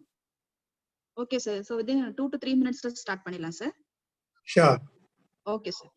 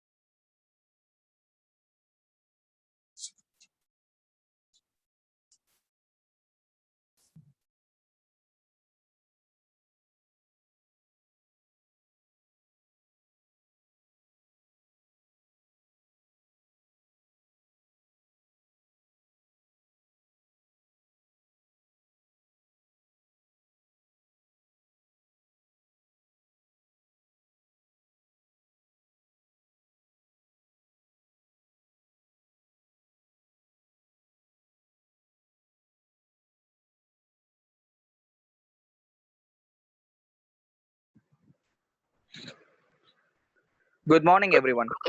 So this is day 4, session 2 in this STTP series. So this session topic is on machine learning using Vega tool, which is going to be presented by the speaker, Mr. V. Rajkumar sir. I thank our institution and our CEO, Sri Sairam sir, for arranging this series. And also, I want to thank AICTE for sponsoring this series. I thank our principal, Dr. K. Parnikumar sir, event coordinator, Dr. B. Sridevi ma'am, HOD, Department of CSE, event co-coordinator, Mr. Jaychandran sir, and Mrs. Rajalakshmi ma'am for making your presence in this session. So without any delay, let me introduce the speaker of this session, Mr. V. Rajkumar sir. He is a corporate trainer, CEO of Step Infotech Software Solution, and he is currently doing his PhD in his field of IoT. He has 2 patents, and his domain of interest are pre-processing, classification, and so on. So I request our speaker, Mr. V. Rajkumar sir, to take over the session. Please, sir. Thank you, ma'am.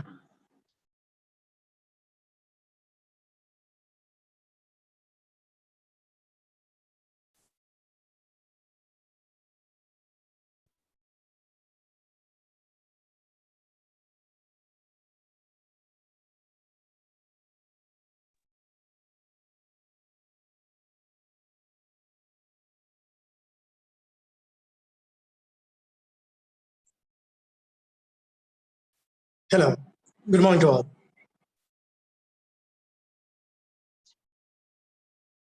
Can you hear me?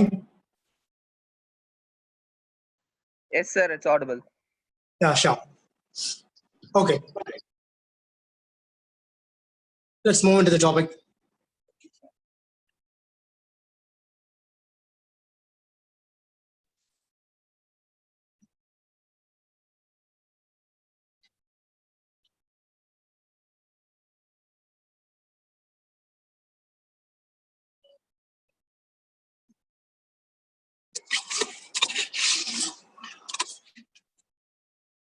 Okay.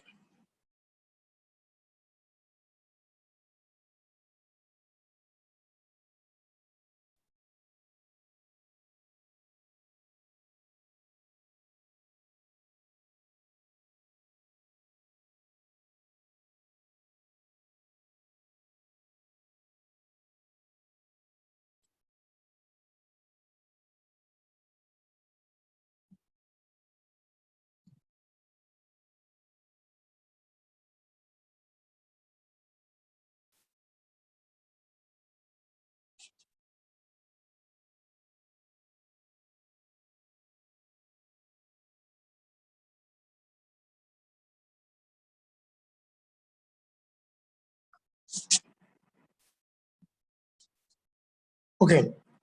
Is it audible now? Yes, sir, it is. Yeah, sure. Thank you very much. Okay. let's start our session now.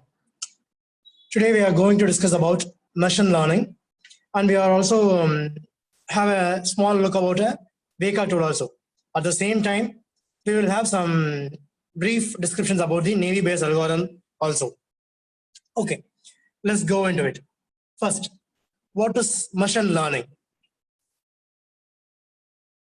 Here you can see it. I have listed some points. You can have a look at it. First, machine learning is nothing but a process of programming an application to process the data based on the past experience. Which means, suppose if you have some knowledge about any domain, it can be from medical domain or it can be from some other domains also. It can be any knowledge. The past or the previous experience or the previous knowledge, if it is programmed, then it can be defined as a machine learning process. For example, let us see.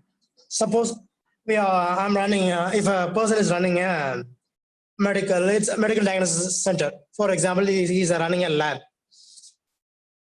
He may, per day, he may detect around, encounter around 200 to 300 patients per day. For example, he's having around 400 X-rays or 400 data sets per day. He can easily classify that around the 400, around 100 is abnormal and 300 is normal. This is the experienced data set we have. Now, we can easily write and program to identify the features of the existing problem and also the features of the normal and abnormal data sets so that we can easily clear the process. This is a simple technique. Machine learning is nothing but a simple process, which is just a small program.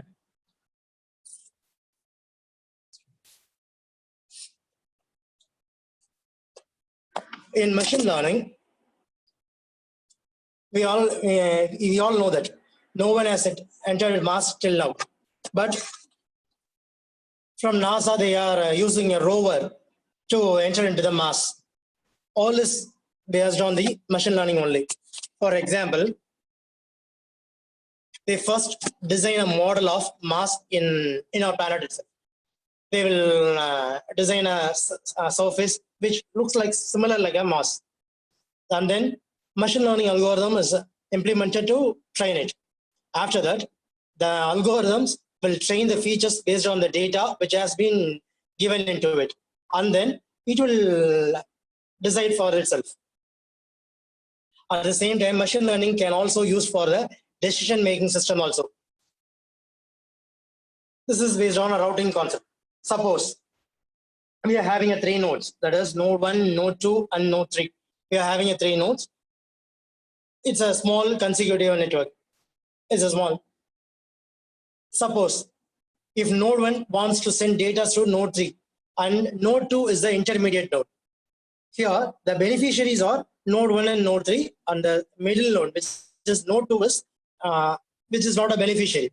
Here, it is just an intermediate node. It just receives the data and transfers the data. Suppose if it is in a wireless network means the intermediate node will lose more energy than the sender and the receiver. This is because of this.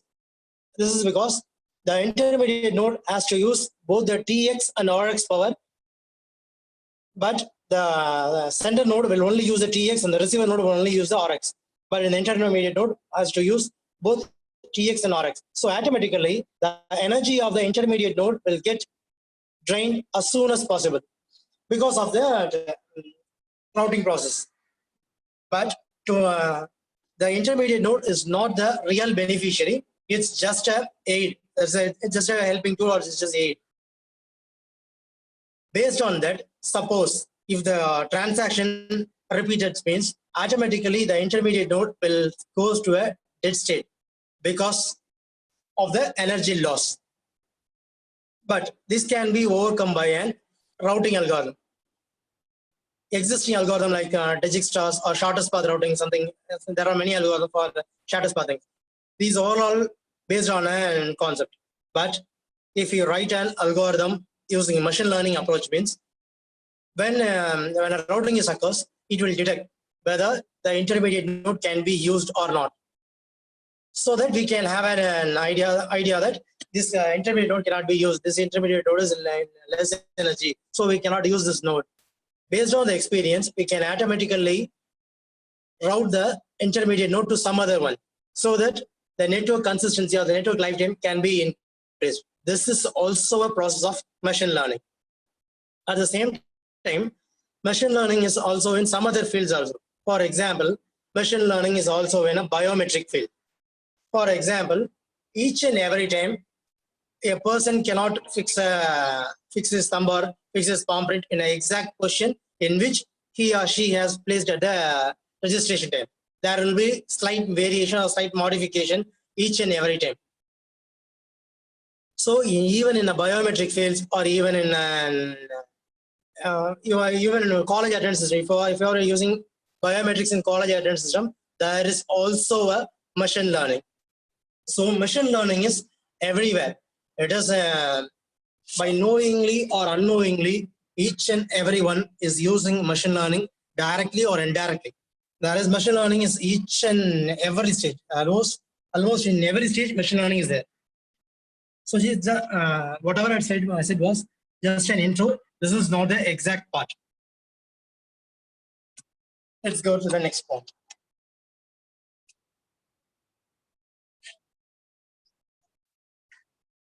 What is the need for machine learning? Why we need it? This is the main point. Today, we are using the internet. Even now, we are using the internet. So based on the data which has been produced over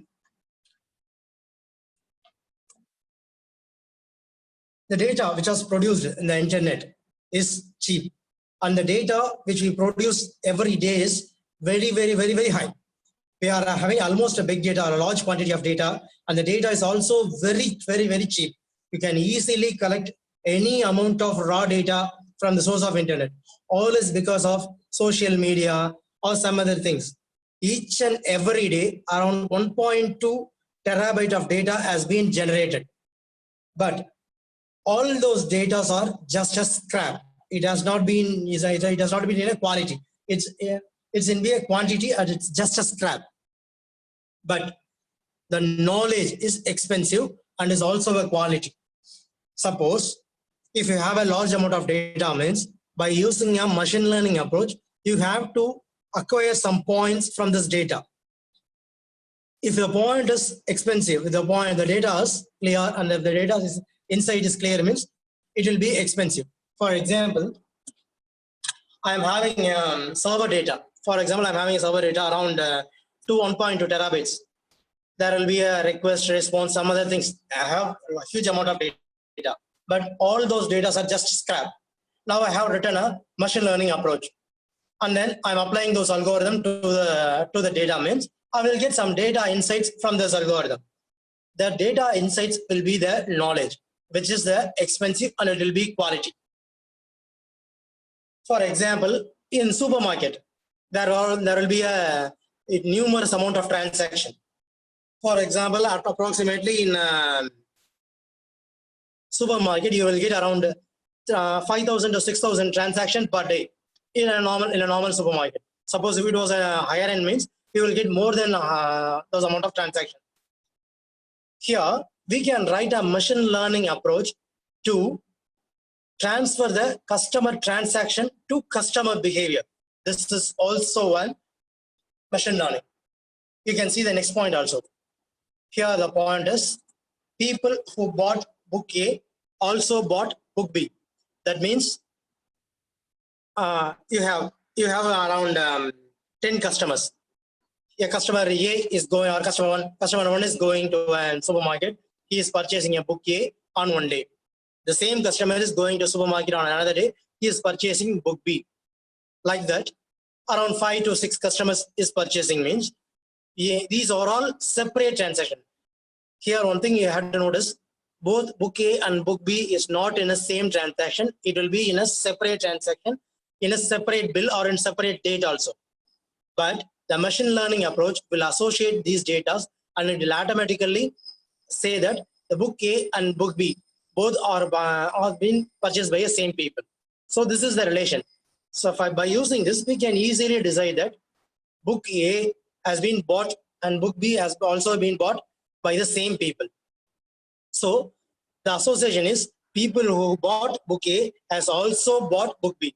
So based on this, we can arrange our supermarket or we can arrange our bookstore, anything. But this the data which we derive from the approach is important. This is a machine learning approach. The next one is machine learning model is used to build a model from the data that is good and useful. Machine learning will always build a model which will be good and useful for both the consumer and also the owner. For example, if I am running a bookstore, means the above example will benefit both the end user and also the giver. So that machine learning has been used in every place, not only in supermarket. Machine learning has numerous parts. There are many amount of many possibilities. There are many possibilities in machine learning, and there are higher and higher need in machine learning also. Here, when coming into application, machine learning has a huge amount of application in various industries. There are retail, finance, marketing, medicine, telecommunication, bioinformatics, and web mining. Let us have a small discussion with these points also. First, retail. In retail, we can have as a market-based analysis and customer relationship management. First, market-based analysis. Market-based analysis is just like the example which we see above. That is, a customer who is buying a book A will also buy book B. So this is a market-based analysis based on the previous transaction. This point has been derived from the transaction or from the past experience of different users. So this is called market-based analysis. And at the same time, this can be also used to customer relationship management also. In finance, credit scoring or fraud detection. For example, if a person is going to a bank to apply for a loan, the bank will have a previous data. For example, the bank will already have been provided a loan around 200 or 300 loans previously. So there are huge amount of data in the bank. If you are giving an application, loan application to the bank, means they will first screen your application and they will use a machine learning approach to find a similar pattern which is from the previous data of their from their databases, so that they can decide whether you can repay or you cannot repay the loan. Based on this only, your loan will get sanctioned. Each and every bank is now using a machine learning approach. That is, and at the same time, in finance section, there is a fraud detection. Fraud detection is nothing but a credit card fraud detection or debit card fraud detection. There are some real-time examples for this also. Nowadays, e-commerce has been developed in a big manner. In e-commerce, many people have lost their monies also because of fraud, online fraud. A person from any location or from anywhere in the world, he can easily place an order using another one's credit card number. They get they hack the credit card number and they use the PIN, everything. But in finance, they are nowadays using a fraud detection method to detect whether the transaction which is going is legitimate or illegitimate. Based on this, fraud detection can also be used using machine learning approach. And in manufacturing, when it comes to a manufacturing domain, it's optimization and troubleshooting. There are two things. Optimization. Here, suppose I'm having 3 jobs, job A, job B, job C, which has to be done in a sequence manner. For example, first job A has to be done, and then job B has to be done, and then job C has to be done. This is the process. And job A has to be done in one machine, and job B has to be done in another machine, and job C has to be done in another machine. The 3 machine is in 3 separate places. Let us assume that the 3 machine is in 3 separate corners of the room. Suppose the traveling time of those machine is around 2 minutes. For example, from job A to job B, the traveling time is around 2 minutes, and from job 2 to job 3 is 2 minutes. So the traveling time is around 2 minutes for each job. By using optimization technique, the machines can be rearranged or replaced so that it can reduce the traveling time. If the traveling time gets reduced, means automatically the job completion time will get increased, and it has been automatically optimized the manufacturing unit also. So in manufacturing unit also, machine learning is applied. And troubleshooting, if any problems or if any issues in the machines, in troubleshooting section also, we can use machine learning approaches. And the most common thing, medicine. In medical diagnosis, machine learning has been used from the past around a decade itself. When it comes to telecommunication industries, in telecommunication industries also, we are using machine learning approach. In telecommunication industry, they are using a QoS, quality of service optimization. To provide a good service, they are using machine learning to optimize their quality. Bioinformatics. When it comes to bioinformatics, it's alignment problem. Suppose you can place your thumb sometimes in bottom to top, sometime in a top to bottom approach, sometime in left or sometime in right, but automatically it adjusts the alignment and extract the features. This is also done by a machine learning approach. Another one is web mining, that is search engines. Almost everyone has know that. Suppose if you are typing a keyword in a Google or in any search engine like Yandex or Yahoo, any search engines, suppose if you are typing a query, means automatically it will list some relevant queries in the drop down boxes or in the relevant in the bottom. All this is because of machine learning approach. The result is coming in web mining based on the previous search experience of you and also from the other user. There are many users are using the internet. All the users will get the data. And to explain about data, you have to know the details about something. Just a minute.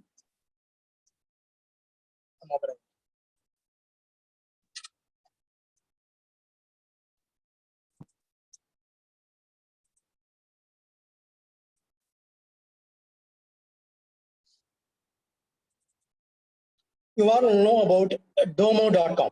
Domo.com is a website which provides them data, which provides large amount of data insights. Now I'm going to say some about this data.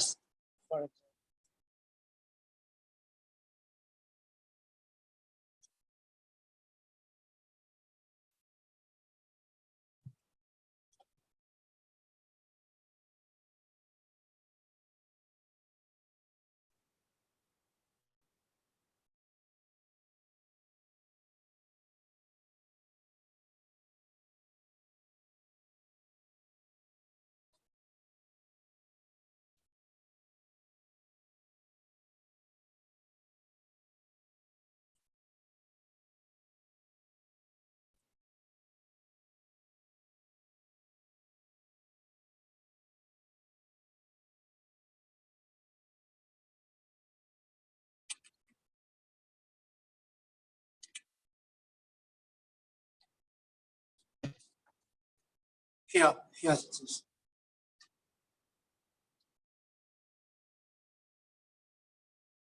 Here, this is the data insert which has been released from domo.com. That is, here you can see Amazon ships around 1,111 packages per minute. And at the same time, Google receives around 38,77,140 searches per minute.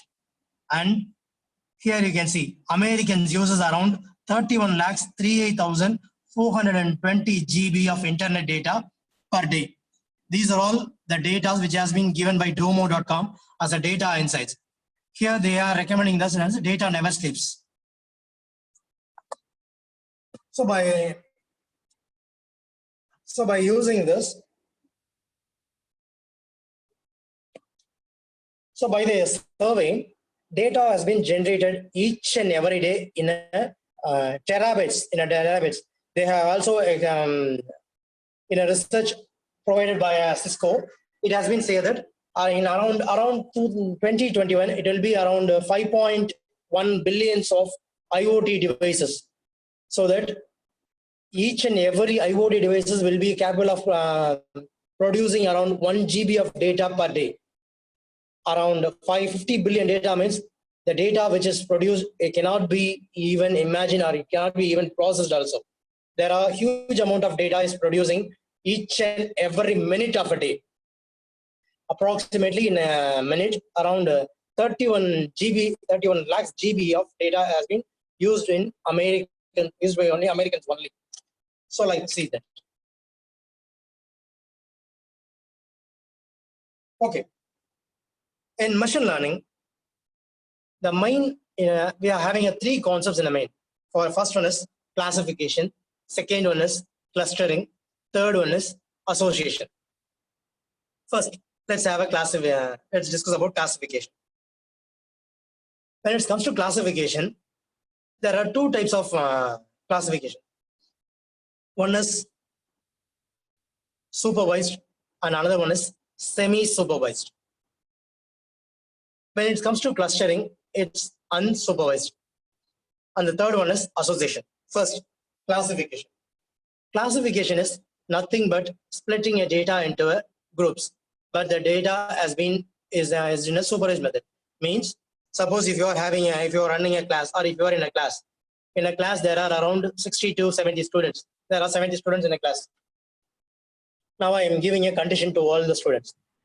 That is, the student has to split in two groups. First group of student is without arrear, and second group of student is with arrears. So the students will automatically get split into two groups. This is called classification. Here I am saying the rule, that is based on the arrear. If a student has arrear, you have to be in group B. If a student has nil arrear, you have to be in group A. So automatically the students from these two groups will get split in two parts. This is called classification and this is called supervised. That is, I am giving a rule, based on the rule, the data has been splitted. But when it comes to a clustering, it's unsupervised. In supervised, you can say that I am giving a rule, based on the rule, you can automatically divide the data or you can process the data. But when it comes to a clustering algorithm, it's completely different. Okay. Each and everyone who are attending the session has definitely have come across about K-means clustering algorithm. Can anyone say anything about that? K-means clustering? Any of the participants can explain about K-means?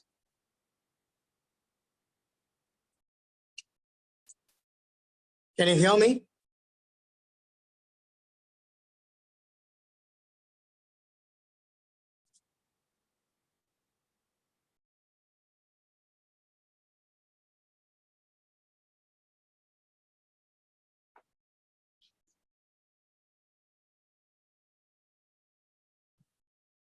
Can you hear me?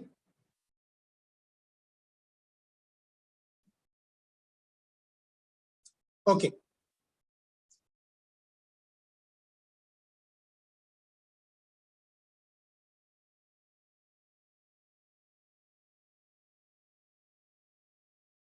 Okay. First, I will explain about K-means clustering algorithm. Suppose if I am having a data of 70 students, I'm having a data of 70 students. Each student's data will be in a CSV format. For example, their name, age, qualification, and the hair color, something, their marks, everything is there. Hair color, eye color, everything is there. Each and every data is in a CSV format. Now I'm having around 70 attributes, 70 rows, and I'm having around 12 or 13 attributes of data. Now all those data has been given to a K-means clustering algorithm. First, K-means clustering algorithm will ask you how many clusters, that is how many groups you want. Now I'm giving that I need 5 groups of data. So I'm giving that I need 5 clusters. First, K-means algorithm starts working. It will randomly choose us 5 Ks. It will choose a randomly 5 data and it choose initialize this is all K. K1, K2, K3, K4, K5. I have initialized 5 Ks. Now, these 5 Ks will find the data which is relevant to them and will automatically add those data to their cluster based on the Euclidean distance. Euclidean distance is a method which is used to find the distance between 2 data. Either the data can be in an image or it can be in audio or it can be in a video or it can be in any format also. Euclidean distance is used to find the distance between the data A and data B. Based on that distance, if the distance is closest to them, means automatically the K will put the data in its cluster. After data collection is over. Now, the entire Euclidean distance, by using the entire Euclidean distance, here the standard deviation is calculated and then the mean value is calculated. Based on the mean value, the new K is get updated. The new K will get updated. Now, a new K is selected and the same process has been repeated in each and every group of the clusters. After that, the new K again form a new cluster. It will dissolve the previous cluster and the new K will form a new cluster again, the same based on the same Euclidean distance method. This process continues until the iterations complete or until the previous clusters and the next clusters is same. Suppose if a previous cluster formed and the next cluster formed is equal, means then that is the saturation point. If the data is in a proper format or the data is in a clear or a neat manner, means automatically within 10 to 15 iterations, the saturation point will get occurred. Suppose the data is non-linear, the data is unpredictable, the data is non-linear, means it will goes for the until the iterations. Suppose if the data is non-linear, means it will take around 100 or even it can take around 500 iterations also. We cannot achieve saturation point. Suppose if you are having a linear data, means within 15 to 20 iterations, it will form a perfect cluster. So this is the power of a clustering algorithm. Here, clustering algorithms also groups, classification also groups. Classifications groups the data based on the condition which we give. Clustering, which groups also groups the data based on the data insights itself. So clustering is unsupervised, classification is supervised. And then we are going for association. Association is nothing but associating different data to form a rule. This can be integrated with the example which we already saw with the supermarket example in the supermarket. For example, let us have a brief discussion. Suppose I'm having a supermarket. There are around, I'm having around 10 bills. In 10 bills, around 8 bills, in 8 bills, people who have bought book A have also bought book B. But in the 2 bills, people who have bought only book A has been bought only book A and they have not bought book B. This is the data set I'm having it.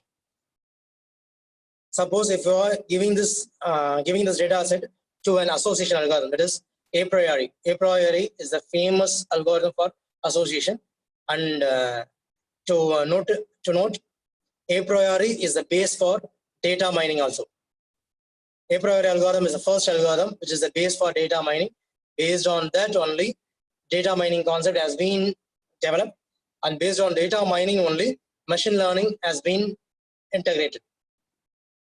Whatever technologies which we use today, we can say a priori is the base for all, because a priori is the first algorithm in the field of data mining.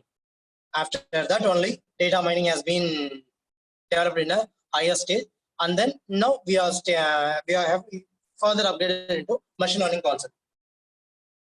By using a priori algorithm, we can easily associate the data, and we can easily extract the relationship between the data. By using the relationship, we can improve the sales, or we can improve the we can use this in any domain. This is the main thing. Now, Navy Bayes algorithm, which is famous. It is a famous algorithm which has been used for classification process. This algorithm has two phases. The first phase is learning phase, and the second phase is the test phase. In learning phase, probability table of each attribute is calculated.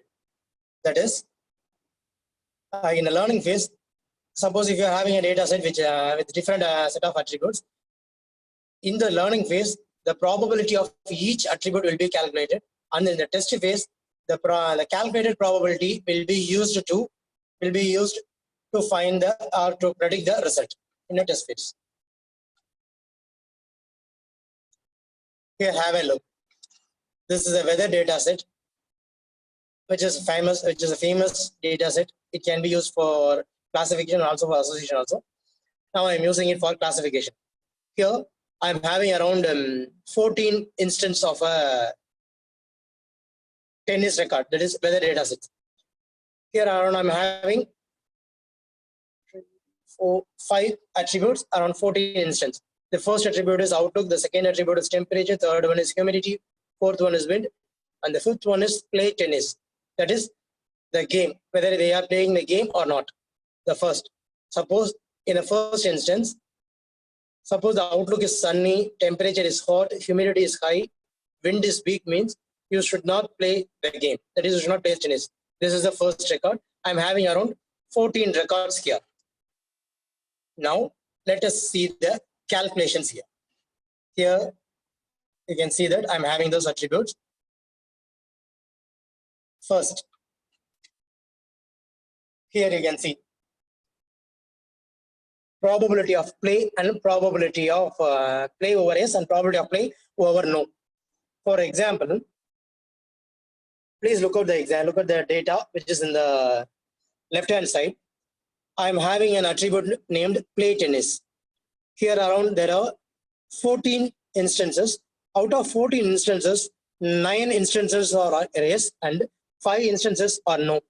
So the probability of yes is 9 by 14 and the probability of no is 5 by 14. So here I have written as the probability of play over yes is 9 by 14 and the probability of play over no is 5 by 14. Now let's go and move into the next attribute, outlook. Here I'm moving to the next attribute, outlook. See here, outlook.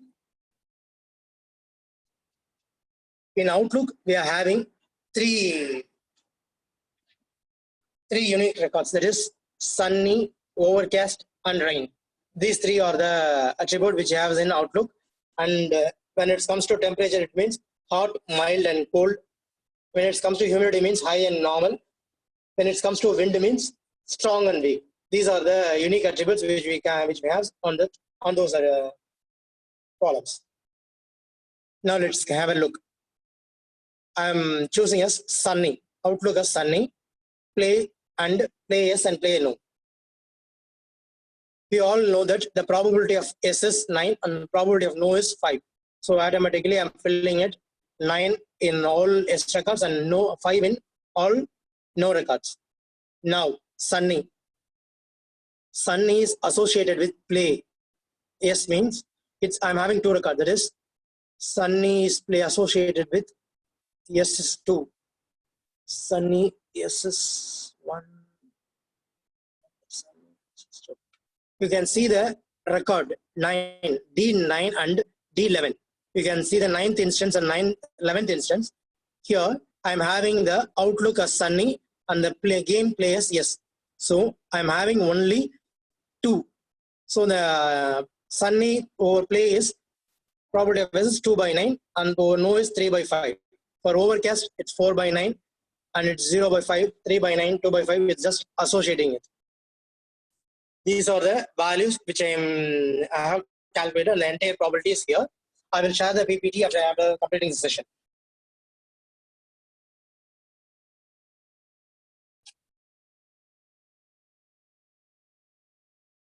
Now let's okay. The previous phase is learning phase. Here we have calculated each and every probability of all attributes. Now we are coming to the test phase. Here it is test phase. Here I am having an instance that is x dash. For x dash, outlook is sunny, temperature is cool, humidity is high, wind is strong. This is the input. Now we have to predict whether we can play the game or not. That is, we have to predict whether yes or no. So we are going to calculate the probability. First, in the left side there is yes, and the right side there is no probability. For outlook, if outlook is sunny, means probability of outlook of sunny is 2 by 9, which we calculated here, which we calculated in the training phases. And the probability of cool over S is 3 by 9, and probability of high over S is 3 by 9. Probability of wind over strong and play by S is 3 by 9, and the S probability is 9 by 14. Here I am having in the right side, it's for the no probability. Probability of sunny over no is 3 by 5. Probability of temperature over no is 1 by 5. Probability of humidity over no is 4 by 5. And probability of wind over no is 3 by 5. And overall probability of no is 5 by 14. Now I am having this thing. Now I have to multiply all those data. Now after multiplying it, here I am getting those data as 0.0053 for S and 0.0206 for no. Based on the results, probability of S is less than the probability of no. So automatically no has to be labeled for X dash. So if the temperature outlook is sunny, temperature is cool, humidity is high, and wind is strong, means you should not play the game. So this is the final output, which has been labeled using a machine learning approach based on Navy Bayes algorithm. This is the classification algorithm, which is a very famous algorithm. This is the BS for machine learning also. We can easily understand this algorithm. I will share the PPT here after that. Now, let's have a look.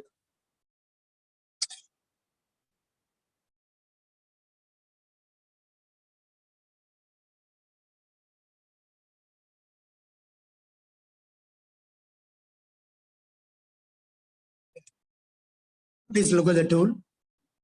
This is a Weka tool. This is very famous tool for data mining process and also in machine learning process. This tool was originated from New Zealand, from the University of Waikato.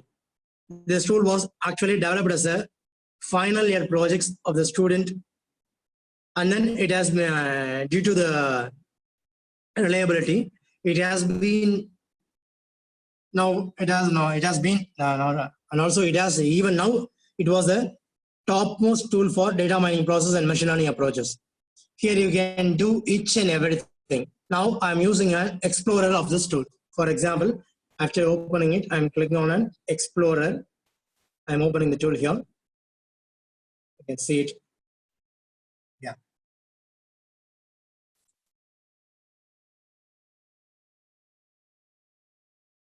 Is that clear?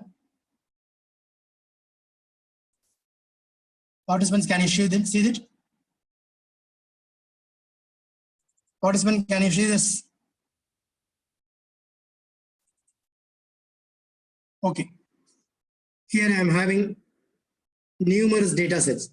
You can see the name here. See, Anil, autos, balance scale data set, car data set, colic data set, credit card data set, cylinders data set, diabetics data set.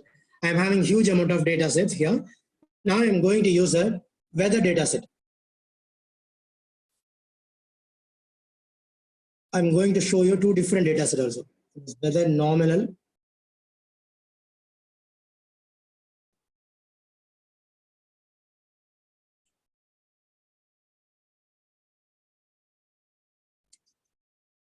Here. Here you can see this. This is a data set which we saw in the PPT, the same data set, but here I'm having some different thing. This is a numeric data set. When it comes to numeric, machine learning will not work perfectly, because suppose you can say that if I'm having here, the second attribute is, you can see the temperature, and the third attribute is humidity. Both are in numeric. Suppose have a look. The first data is sunny 85,85. You can say that 85 is the temperature and 85 is humidity. Suppose instead of 85, if there is 85.1, and then instead of a second 85, there is 85.2, means it's not a big difference. Both 85 and 85.1 is same, and 85 and 85.2 is also same. But when it comes to an algorithmic process, it will be different, and it will treat those data as different. So instead of using numerical data, you should use nominal data like this. Here, I have used a scale to convert it. For example, if the data is greater than 85, means automatically it goes to hot. So that the data will get grouped into a simple group, so that it will be easy for us to identify and classify also. And it will boost the algorithm to find relevant data from that. Here, I'm going to use weather data set, but in a nominal type, not in a numerical type. The numerical type will have a large amount of disadvantages. So I'm using nominal for this. This is the nominal data. I'm going to use this data. Please have a look. This is the data. I'm opening Baker tool and giving the data set as open file. I'm selecting the data set here. The data set is here.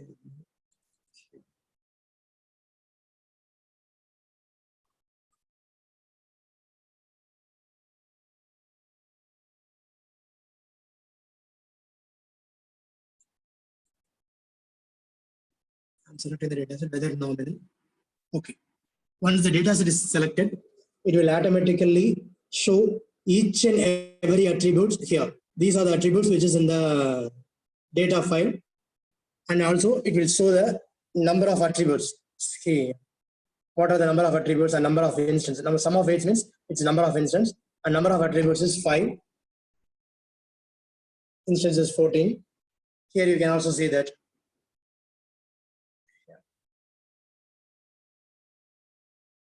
See, missing is 0. Suppose if there is any missing value in a data set, means it will show here. In my data set, there is no missing value, so it is showing us 0%.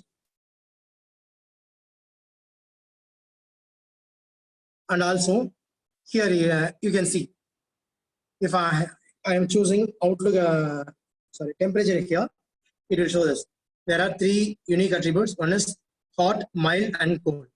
When I'm choosing humidity, means it will automatically change high and normal. If I'm using wind, means true or false. If I'm using play, means yes or no. So these are the data. Here, suppose if you want to pre-process the data, means here it is. Say here, filters, choose here. The filter section, you will have a huge amount of filters, supervised and unsupervised filters here. You can use any types of filters, attribute-oriented filter or relevance-oriented filter, anything. Here we are having a huge amount of attribute-oriented filters. We can apply any filters also. Suppose if I am having a numerical value and I want to convert this numerical value to nominal value, means I'm having a filter to string, to convert to string to nominal or numeric to nominal. See here. I'm converting a string variable to nominal here. Like this, there are huge amount of filters. You can use any filters also. Now I'm going for a next tab. That is here. First tab is pre-process. The second one is classify. The third one is cluster. Fourth one is association. And the fifth one is visualization. In middle, there will be a selected attributes which is used to plot a graph. Visualization is a graph method. First one is classification. in classification, there will be a huge amount of algorithms.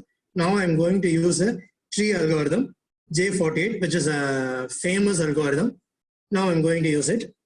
Now here you can see this. There are a lot of options. Now I'm going to predict the play variable, whether I can play or not. I'm placing it. I'm clicking start.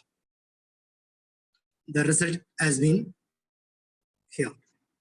See, the algorithm has been executed.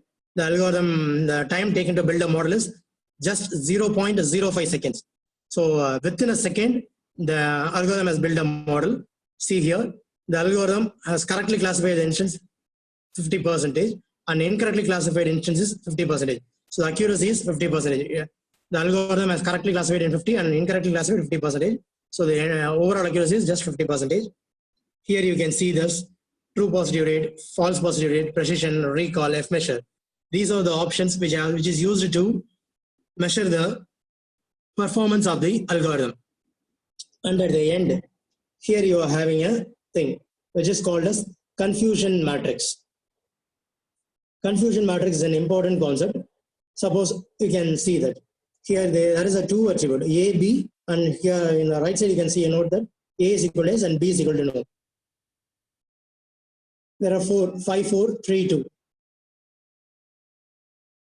If the first attribute A has been classified, A is equal to S. S has been classified as S is 5 and S has been classified as no is 4 here and remaining 3.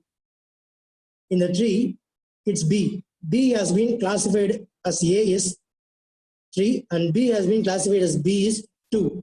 So when it's come to diagonal means 5 plus 2, 7 and 4 plus 3, 7. That is one diagonal is correctly classified and another diagonal is incorrectly classified. So that the accuracy of this algorithm is just 50%. Now I'm using the same data set in some other algorithm. Suppose I'm using a Navy Bayes algorithm. I'm using a product. Here you can see it. For example, correctly classified instance is 8 and incorrectly classified instance is 6. So the accuracy percentage differs. 57 incorrect and 42 is incorrect. But in the previous result, it's 50-50. In the second result is 57-42. Okay. Now it's a tree algorithm. First one is a tree algorithm. Now I'm going to visualize your tree.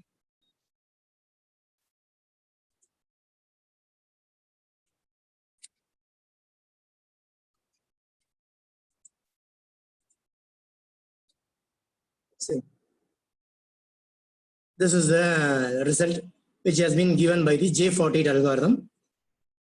First, they have to check what is the outlook.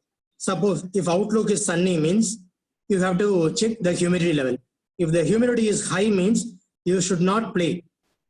There is no record, that is no. Suppose if humidity is normal means you can play. It's yes. Suppose if humidity is overcast means you can play. Suppose if humidity is rainy means, and then it goes for check the next attribute is wind.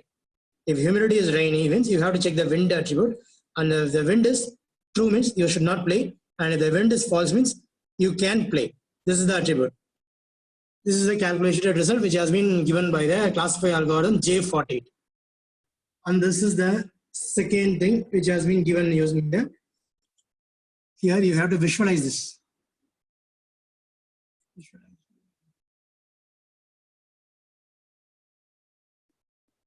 Here the data has been plotted in a graph. This is the Navy Bayes algorithm. Based on that, we have to decide whether we can play or not. These are all the things. Now I am using the same data set for clustering. For clustering, I am going to use the k-means algorithm, simple k-means algorithm. I have used it, and then I am going to cluster it into 3 clusters. Okay. Start. Have a look about at the tree. The entire 14 data has been formed in 3 clusters. The first cluster has 7 records, the second cluster has 3 records, and the final cluster has 4 records. So the 14 record has been classified into 3 clusters. Based on the cluster, suppose C, if outlook is rainy and temperature is mild and humidity is normal, wind is false means you can play the game. If outlook is overcast, temperature is cool, humidity is normal, wind is true means you can play the game. And if outlook is sunny, temperature is hot, humidity is high, wind is true means you cannot play the game. Here you can note one thing. See, in clustering algorithm, we are using all the attribute to achieve a solution. But when it comes to a classify, here you can see that some attributes has been skipped. Here you will not find all attributes. Here see, we are using outlook, humidity, only 2 attributes to predict, or outlook, only 1 attribute to predict in overcast method. Suppose if outlook is running means we are using only 2 attributes. Here in classification, some attributes get eradicated. But when it comes to clustering, here, but when it comes to clustering, here for predicting each and every attributes will be taken into account. But in classification, some attributes can be eradicated based on the rules generated, so that when clustering will be an efficient method when compared with classification. And at the same time, suppose if you are having a huge amount of data means there is a need to skip some attributes. So in that situation, classification will be best. Suppose if you are using a big data means you should not go for a clustering algorithm because it will take a long time. So that you can use classification to skip some attributes or to eradicate or to leave some features, to leave some unwanted features. Now, the third one is association algorithm. For association, I'm going to choose a different data set, which is a supermarket data set.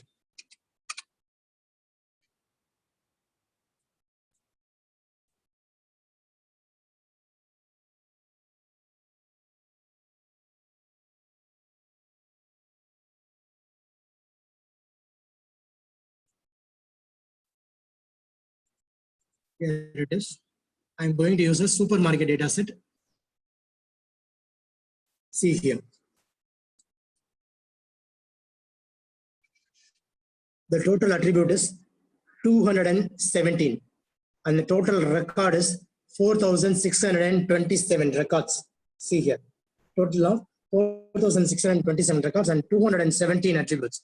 So I'm having a huge list here. See here. Around 200 attributes here. And 4,000 bills, that is 4,000 bills is here, 217 attributes. Now I have to find an association. Now I'm going to click association here and see here, shows a priori as an algorithm. And I need 10 rules. Here I'm giving it. Number of rules is I need 10 rules to be generated. Okay. Clicking start.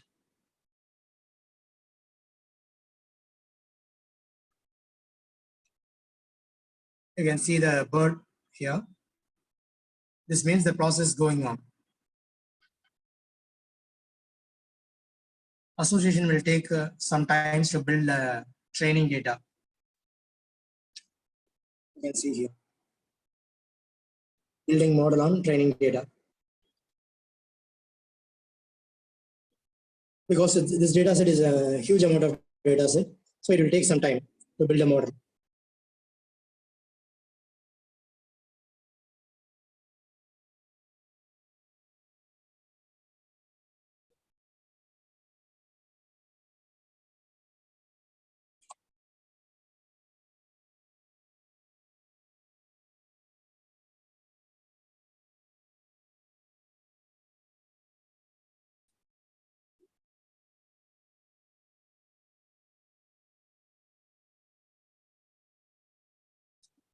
The process has been done. See here.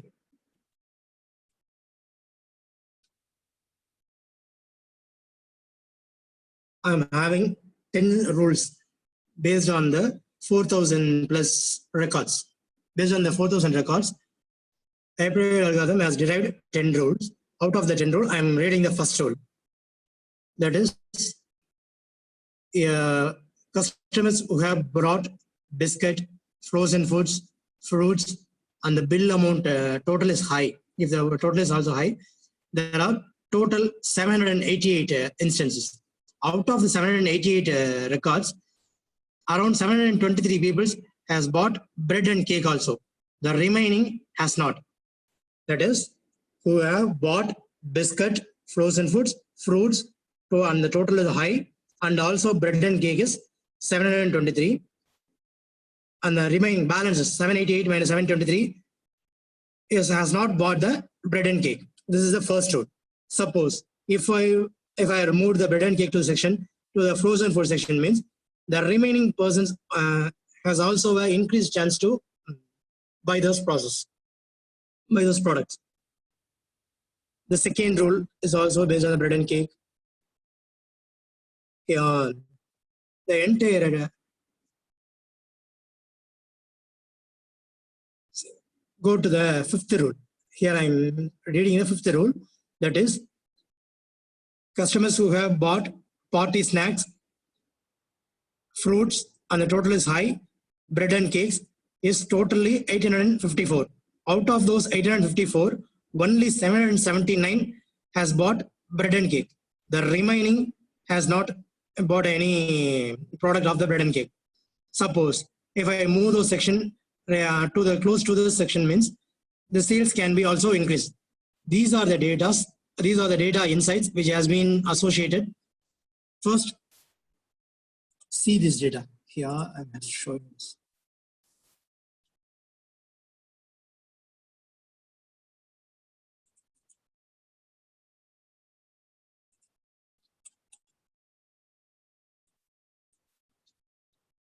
See it.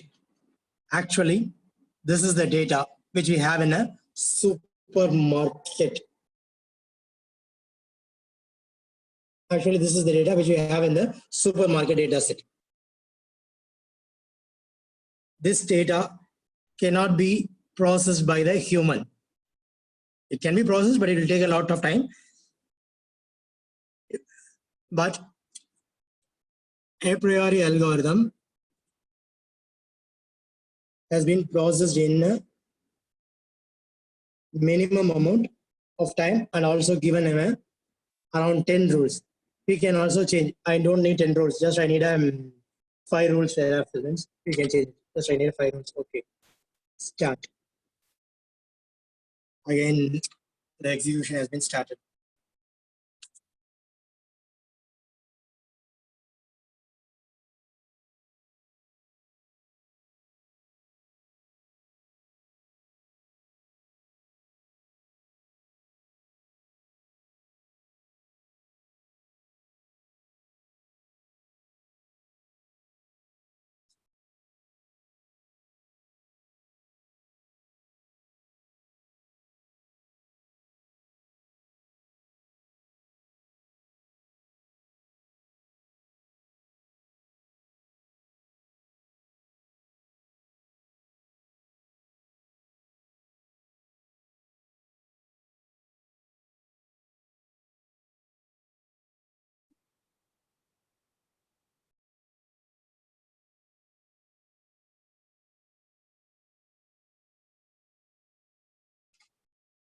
Based on the data and based on the processor of the system, there will be some more delete. See,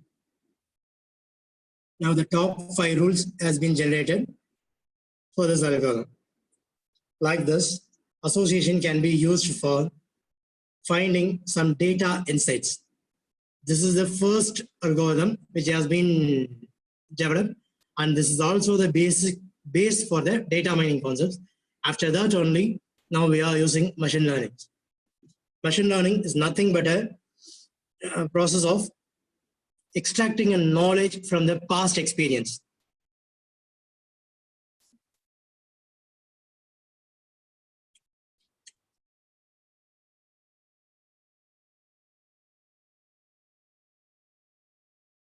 Okay. Excluding these three concepts, that is, excluding classification, clustering, association, there are also some other processes. For example, suppose there is an algorithm, support vector machine, SVM. which uses the training and testing process. Each and every algorithm is a training and testing process. Here there is a concept of reinforcement learning.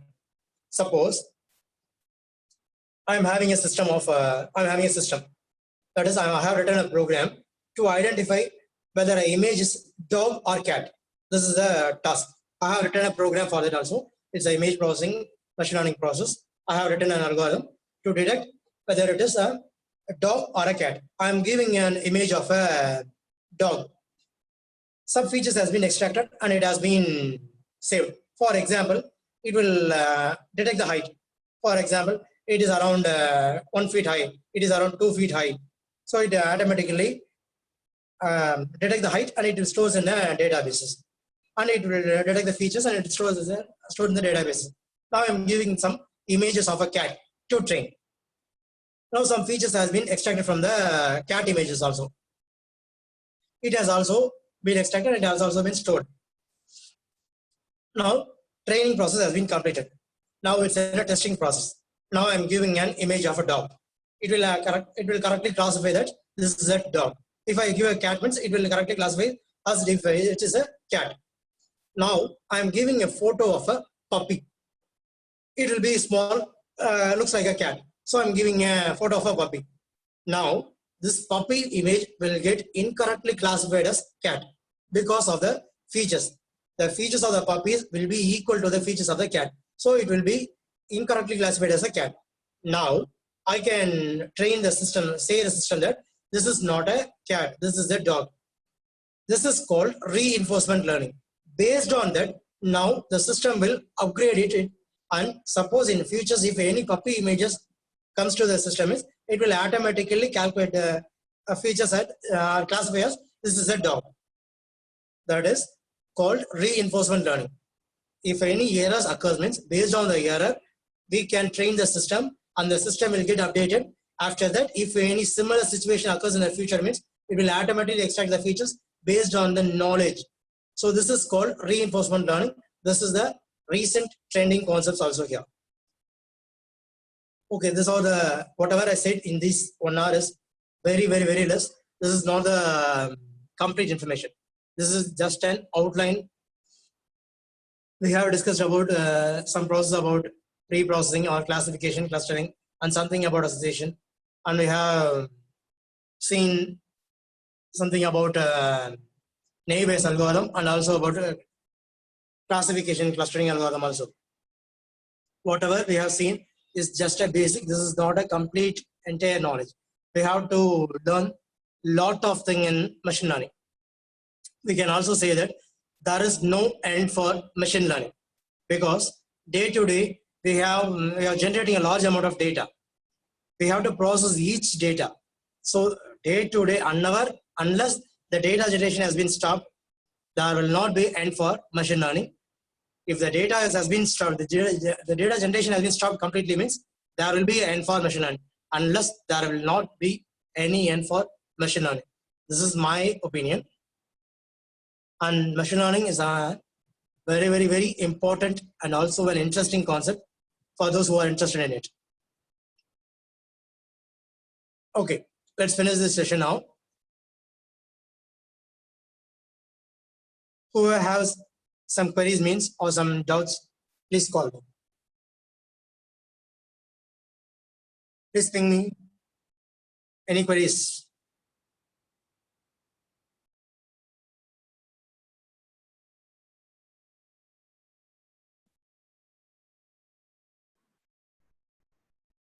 So it's time for questions. Participants, if you have any queries or doubts, do type in the chat box. We will pick few questions and ask our speaker.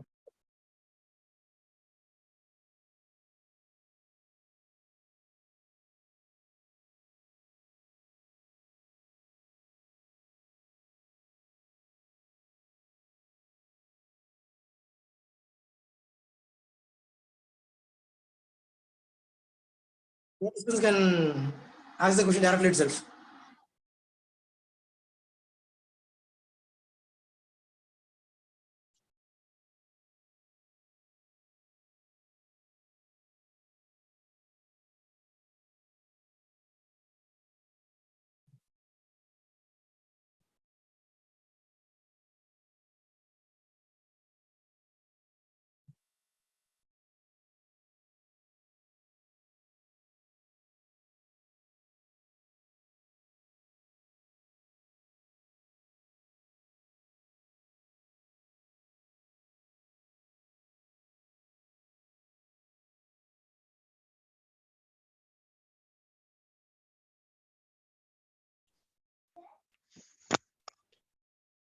Hello, good afternoon, sir. Good afternoon. Sir, I have one query. Yeah. Machine learning, single object detection is better, and deep learning is multiple object detection is better. The people are telling. Why? Which one is the better concept for the object detections? If you are going for object detection means it's deep learning is better, because in deep learning you will get numerous features when compared with machine learning concepts. Okay. Just deep learning is a predecessor. That's all. Predecessor of machine learning. If you are going to detect a multi-object means deep learning is the best choice. You cannot use machine learning in that.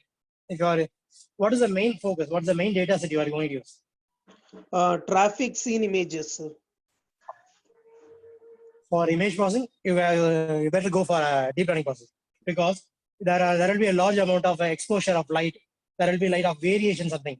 For example, if a photo has been took at the same time on the same second in two different camera, means there will be a different PSR value for two photos also. You have noted it. Am I right? Yes, sir.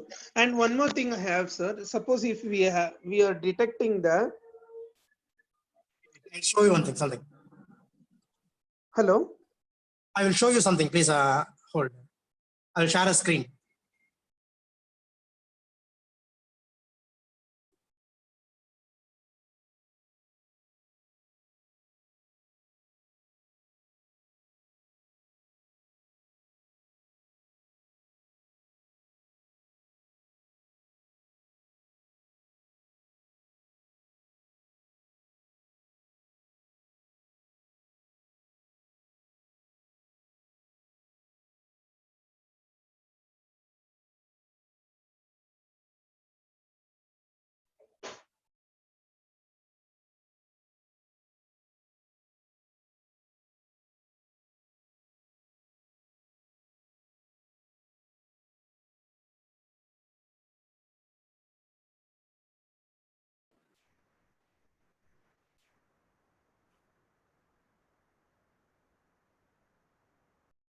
Yeah. Please look at the screen. Yes.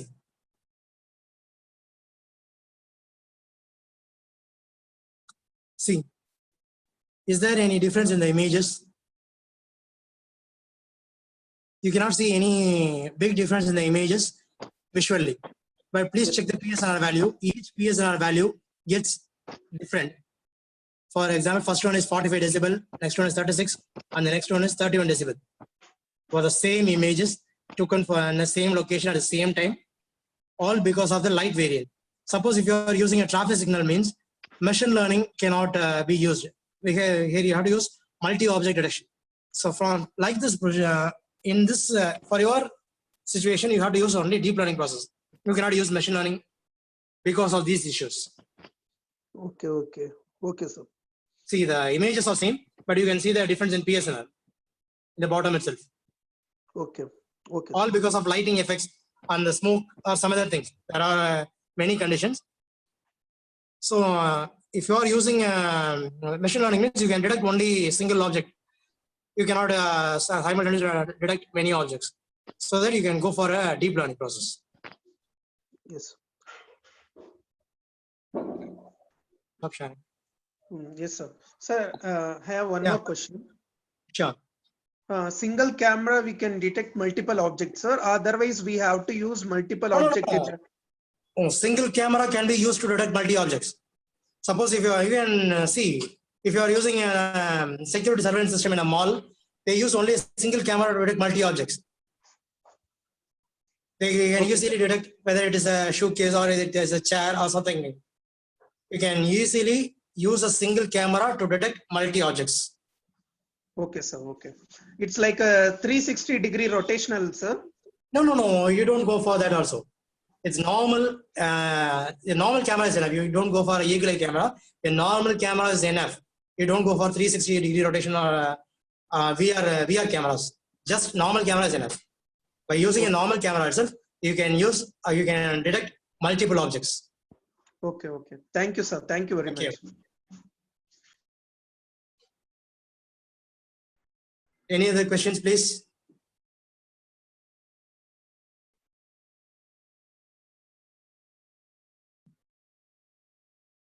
Participants, any other questions?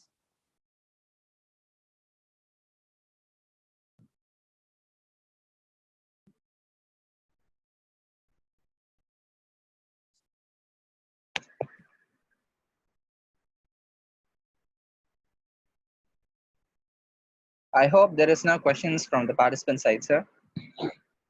Yes, then let us end the session. Thank you, sir. It was a very wonderful session with a brief explanation. I hope this session has been very much utilized by many of the attendees. I once again thank you, the speaker, Mr. V. Rajkumar, sir, event coordinators, and you, the participants, for making this session as a possible outcome. So this is Abarishwa winding up the session 2. Hope we shall see in the next session, which will be starting by 2 p.m. Thank you all. Thank you all.